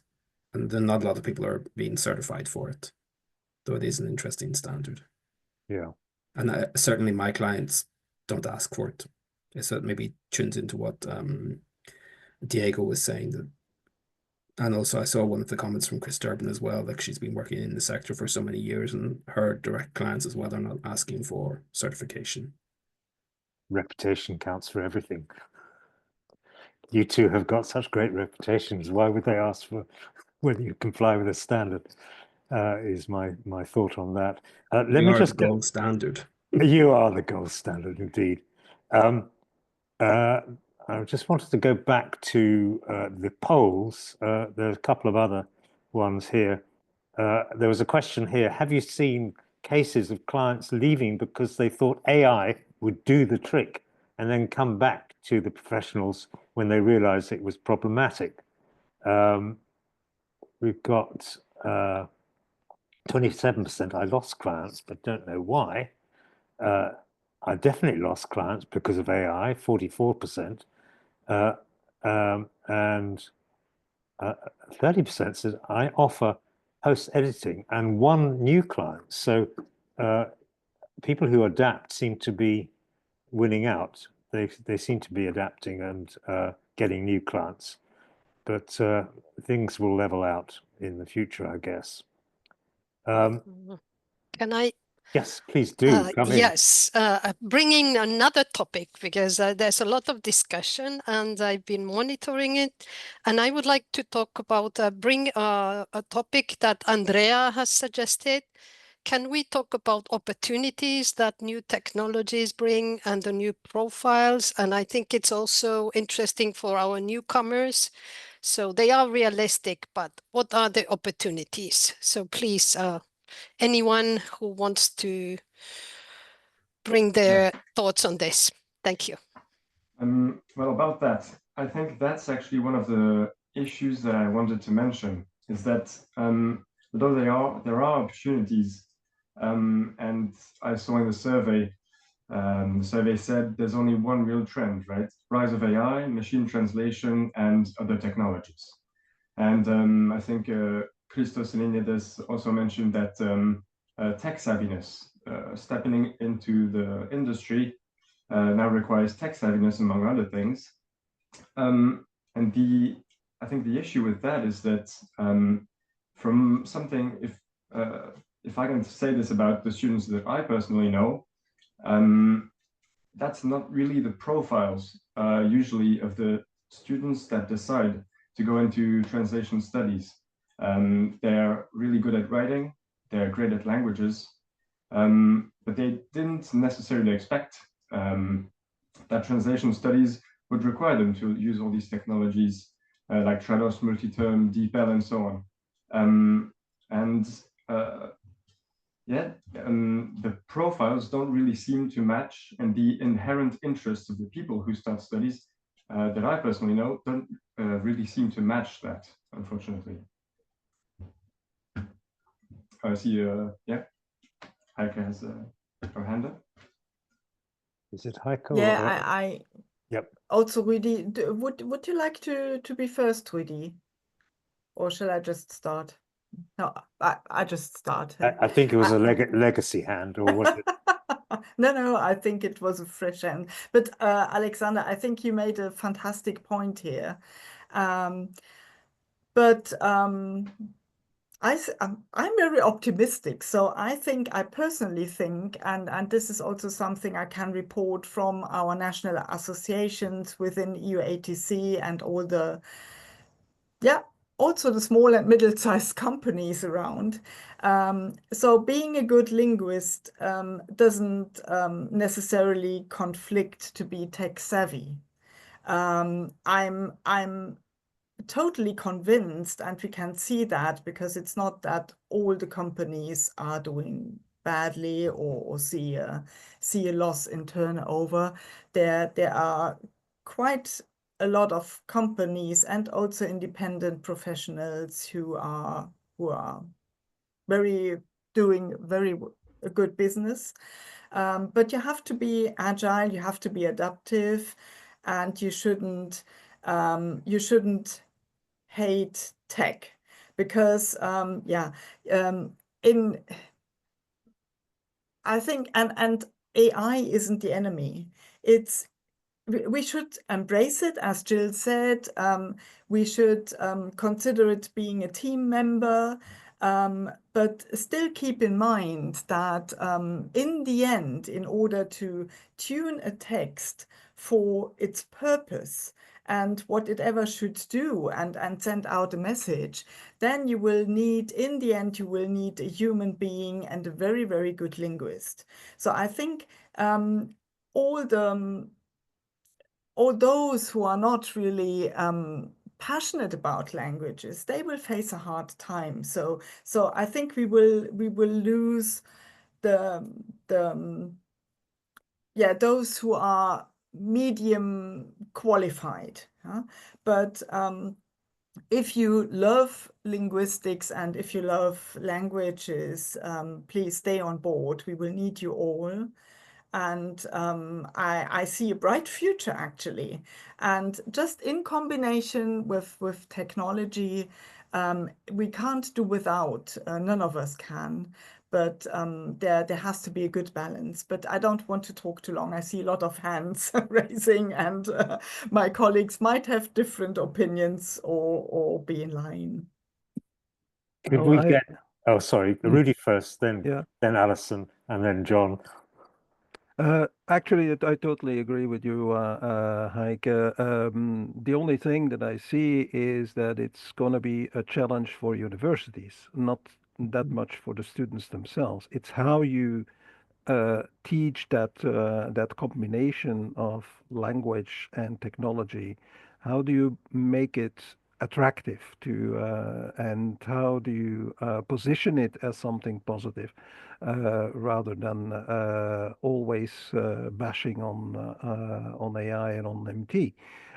Because that's a change of mindset, in my opinion, and that needs to also penetrate in the first year in the bachelor and programs for university. It's not at the end of your university career that you suddenly make the switch from I just only translation to translation or tech savvy translation. You have to train that mindset from the start.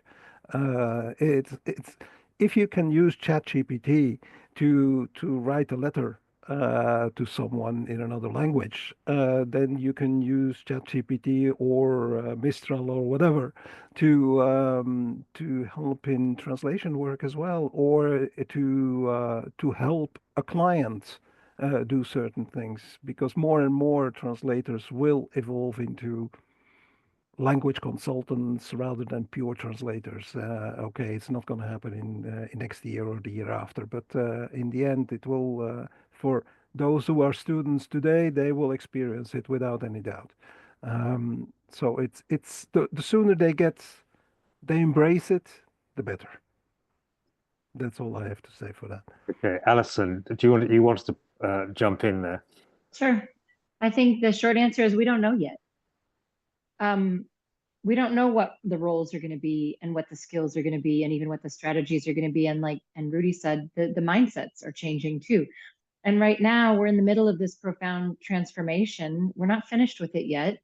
Everybody's still in experimental phase. The clients don't know what they're doing. Like we need to be patient. And I saw a lot of comments in the Q&A about driving the conversation and representing, the industry, and that's all true, and that's what associations are really good at. But in terms of, the individual skills that are needed, we just don't know yet. Like Gala's launching this month or next month an AI use case special interest group, because we want to talk about how are you actually implementing the technologies? Are you using it in this and that and the other thing? How's that working for you? What kind of staffing do you need? What kind of skills do you need? And we're just figuring it out. So I think there needs to be some patience and open-mindedness as well. I'll stop there. Just commenting quickly, because we had an event in Helsinki last year, and a presentation from GGT popped up a slide, and there were a whole range of new skills that are possibly going to come on stream, like prompt engineers, unthinkable when I started out in this sector. Jill, you've been very patient. That one, and John there. So I recognize John and Jill. Can we have Jill first, ladies first? Thank you.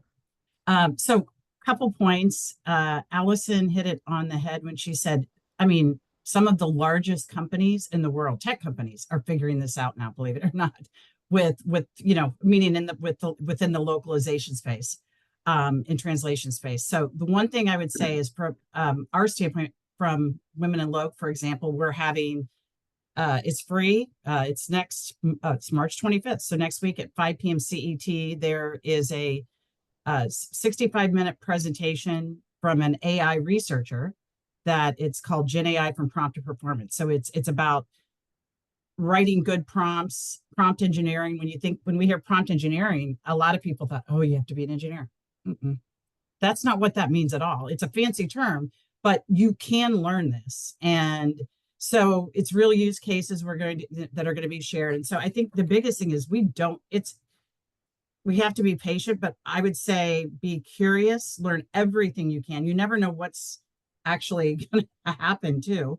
And try to be positive, no matter where you are at this stage in your career, and try to learn as much as you can. And I will say from my own company standpoint, last year, when this was pretty much, we started hearing all about it and weren't sure, I'm saying early 2024, everyone got an AI goal in my own company that we had to write. And it was part of our, it was monitored and part of our review and everything. And I think I learned just so much and kind of got excited about it and realized what you can do. Yes, believe me, I'm in sales. It affects all of this. Adaptation affects your bottom line, but I'm hoping that it can grow somewhere else. We can learn, we can adapt, and that more content might be able to be localized, for example, that has been sitting on the sidelines forever. That's all I'll say. Ever an optimist, but also a realist, I will say. John, did you say during your section of the presentation that freelancers are using AI increasingly? Yes. Or did I imagine that? No, I did say that, and it's in the data. Because one of the things I wanted to respond to was Heike's point about not hating AI or not hating technology. I think there's a general misconception that independent professionals or freelancers hate technology. That is not true at all. Not true. They have adapted to every technological change which has happened. What they hate is the way it is instrumentalized against them. They're forcing their rates down and things like that. So that's where the anger and the frustration and the reaction against it comes. It's not the technology itself. They use it. They're very adept at using it. One of the things that comes across in all the ELIS surveys that we've done, which we didn't talk about today because we didn't have time to put it onto the slides, is the amount of CPD, continuing professional development, that freelancers are doing.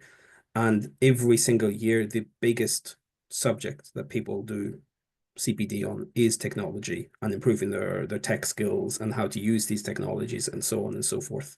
So even if the universities aren't able to teach everything, when you're out there in the market requires you to learn and adapt and acquire these new skills. So you will be doing lifelong learning, which is something that Christos already mentioned. And then one other thing I want to say was to address Alexander's point about this mismatch between people coming from a language background and not realizing that so much technology is involved. As you know, we've been developing these visibility campaign materials for teenagers thinking about getting into the profession, for their parents, for their teachers. And there's a lot of information in there which explains the amount of technology which is actually being used in the modern profession. There's a lot of information there about AI as well, to make people more aware that, okay, it's not just about language, it's about language, but using technological tools in order to achieve specific objectives. So hopefully when we get that information more out there among the general public, and we've already started the process now of translating it into different languages, that more people will have access to that information and that knowledge. And so that mismatch between expectations and reality when you get to university will be slightly lessened in the future. That's great news. I just pick up a comment also from Miklos Ban, who noted something that Proford, the Hungarian Association, and the Hungarian freelance community developed a high-level agreement on the processes between freelance community and companies. So there's a model out there, just picking up on the comments you made about how rates are being depressed and how fairness needs to come into the equation.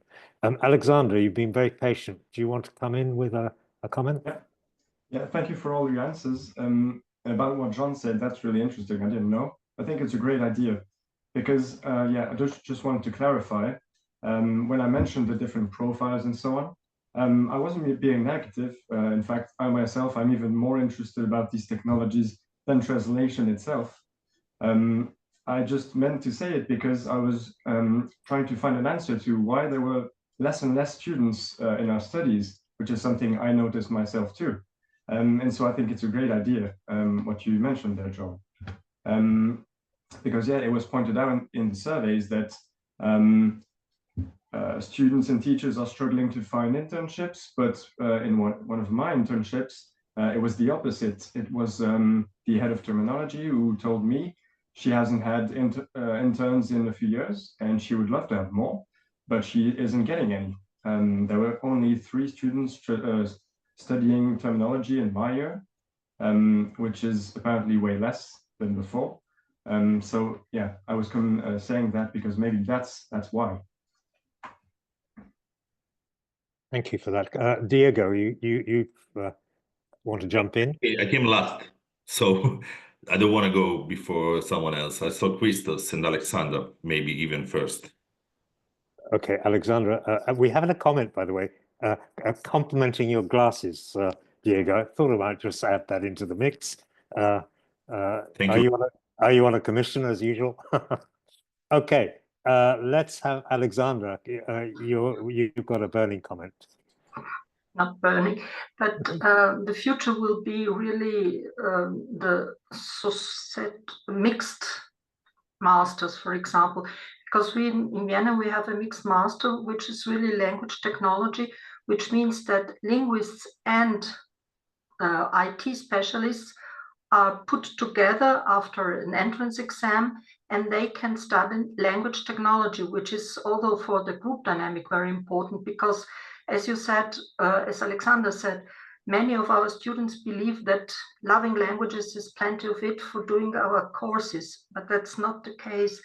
And I think as soon we have, now it's the 3rd year we are running this program, and we see that it is a success. Still small groups, but people realize that the two disciplines as a combination are the winning team. And I think that's one of the winning programs for the future. Thank you for that. And I've just mentioned placements. The EU-ATC will definitely be playing a part in advertising companies that will take on placements. So we'll do our part. Christos, thank you for staying on. You have your hand up.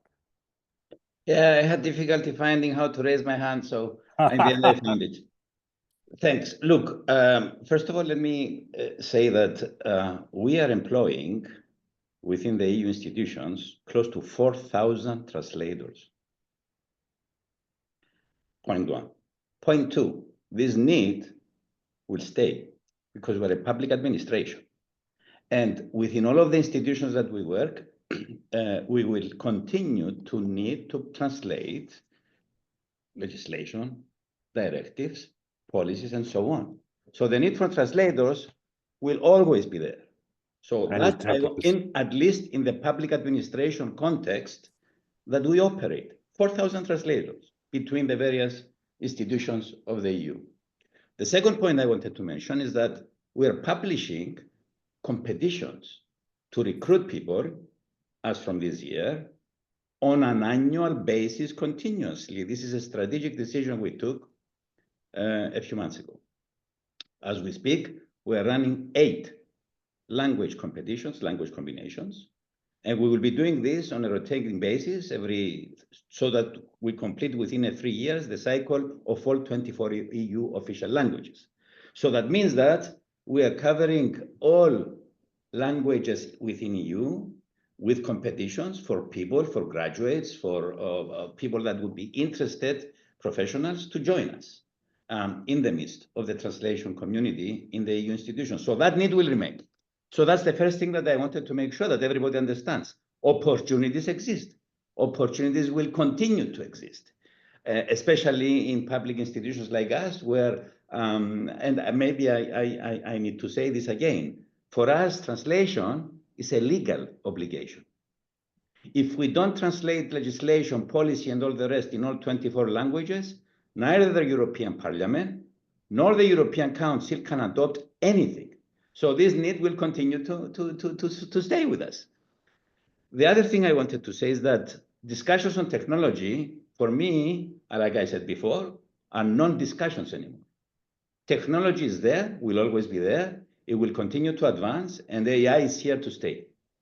What we need to do is to refocus the discussion on what are the skill sets, what is the skill set that future linguists, language professionals, translators, or interpreters will need to assure a future-proof profession for coming down the road.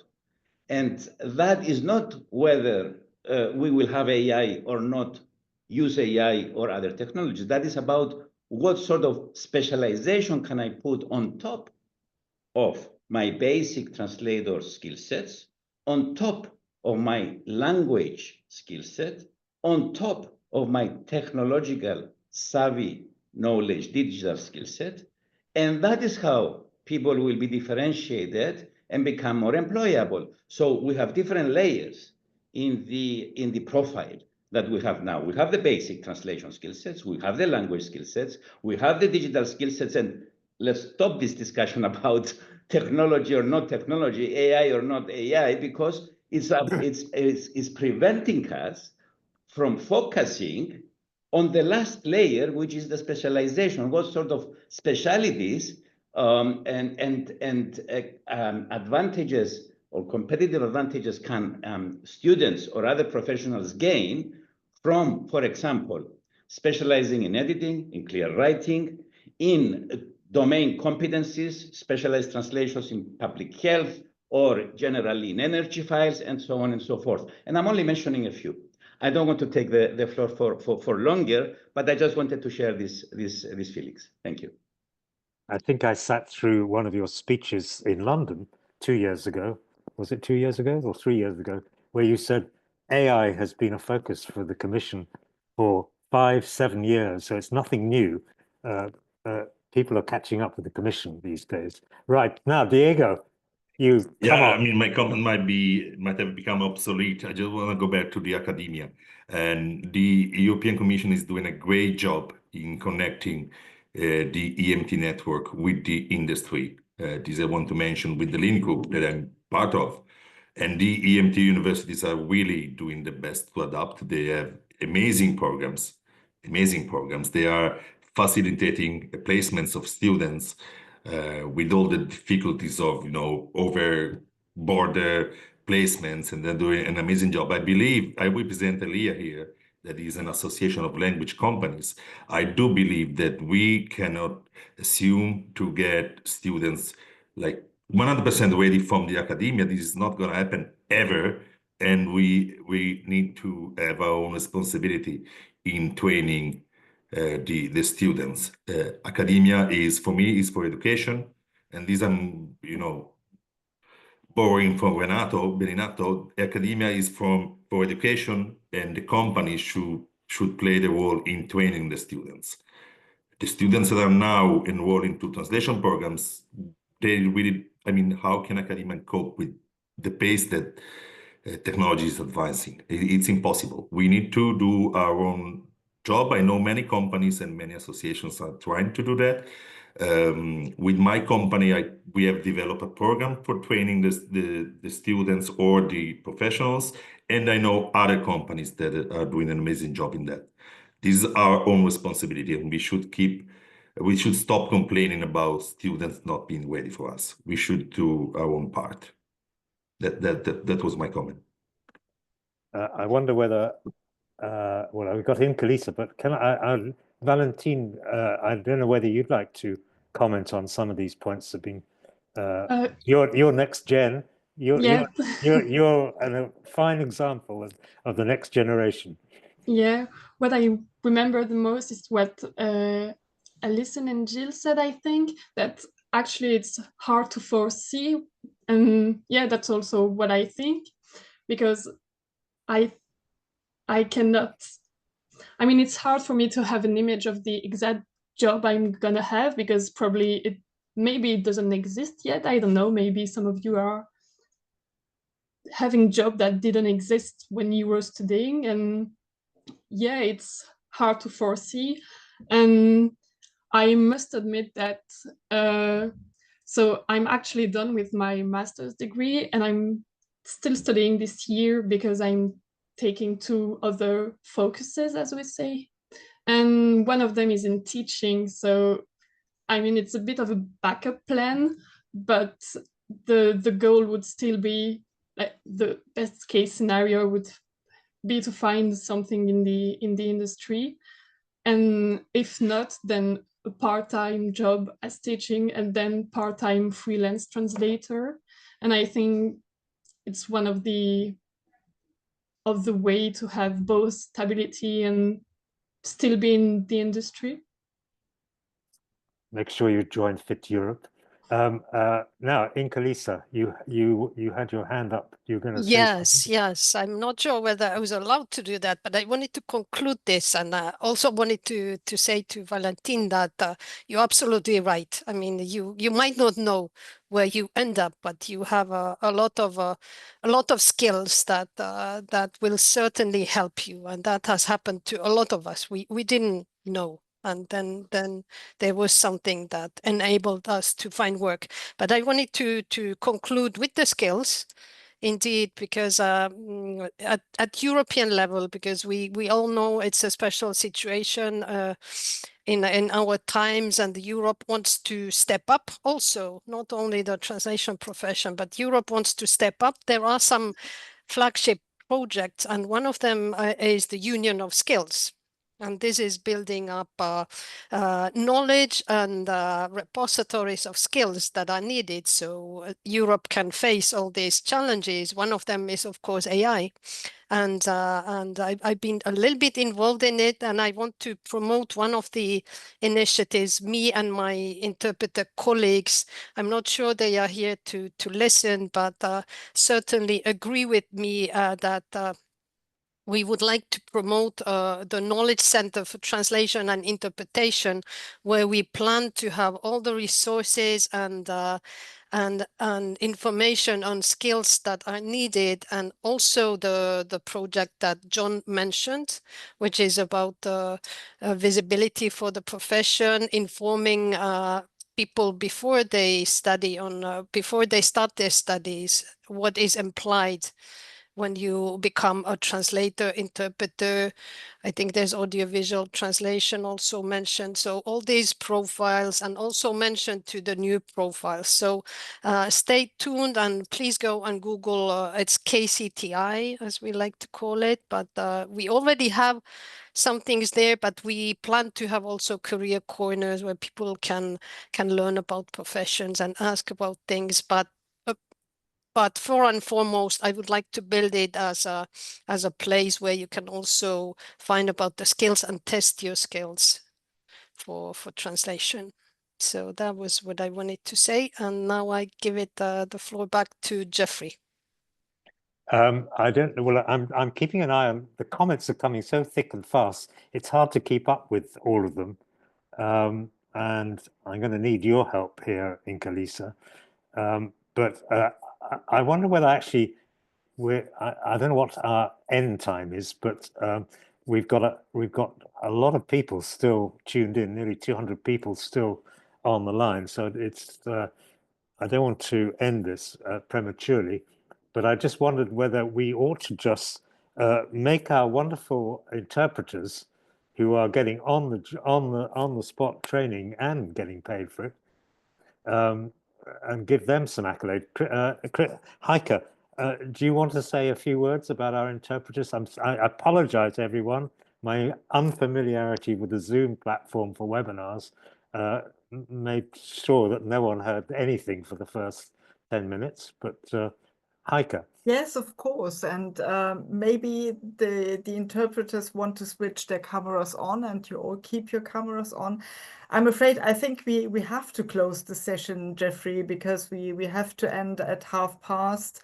I'm fully aware that we have a lot of questions still sitting in our repository, but I think we won't be able to deal with all the questions now. Maybe have an extra session, so we have to think about it. It was really overwhelming and a very inspiring and lively session today. So I will keep my closing remarks very short, but I really wanted to say a big thank you to all the presenters, the panelists, the interpreters, and not to forget you out there watching this Translating Europe workshop broadcast. You have chipped in with so many questions and insightful comments. You gave us a very cool direction in this discussion section, and you made a massive contribution to this event. So maybe it's a bit unfair to single out any one individual, but without the driving force of Rudi Thierry, the ELIS head of research and former EUATC president, there would be no survey.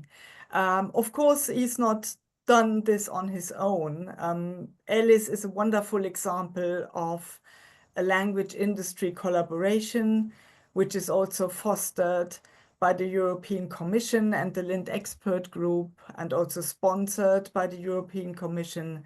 So I would like to mention our partners, Scala, ELIA, Fit Europe, EMT, and yeah, you were all wonderful, and I thank you so much.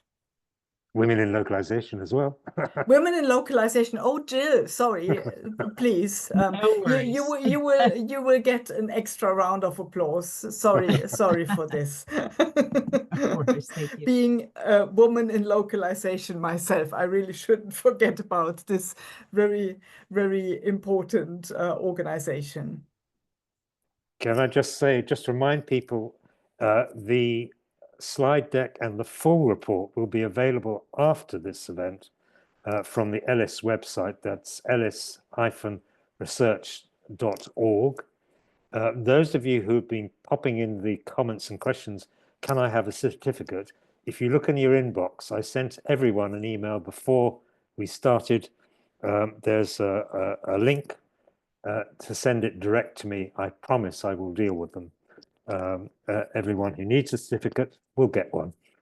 But thank you very much, all our panelists, Rudi, John, Alexandra, Hassan, everyone who, Jill, and most of all, Christos, thank you so much for staying on to the bitter end. We really do appreciate your participation in this. And here we have some of our wonderful interpreters. Thank you so much, guys, for everything you've done.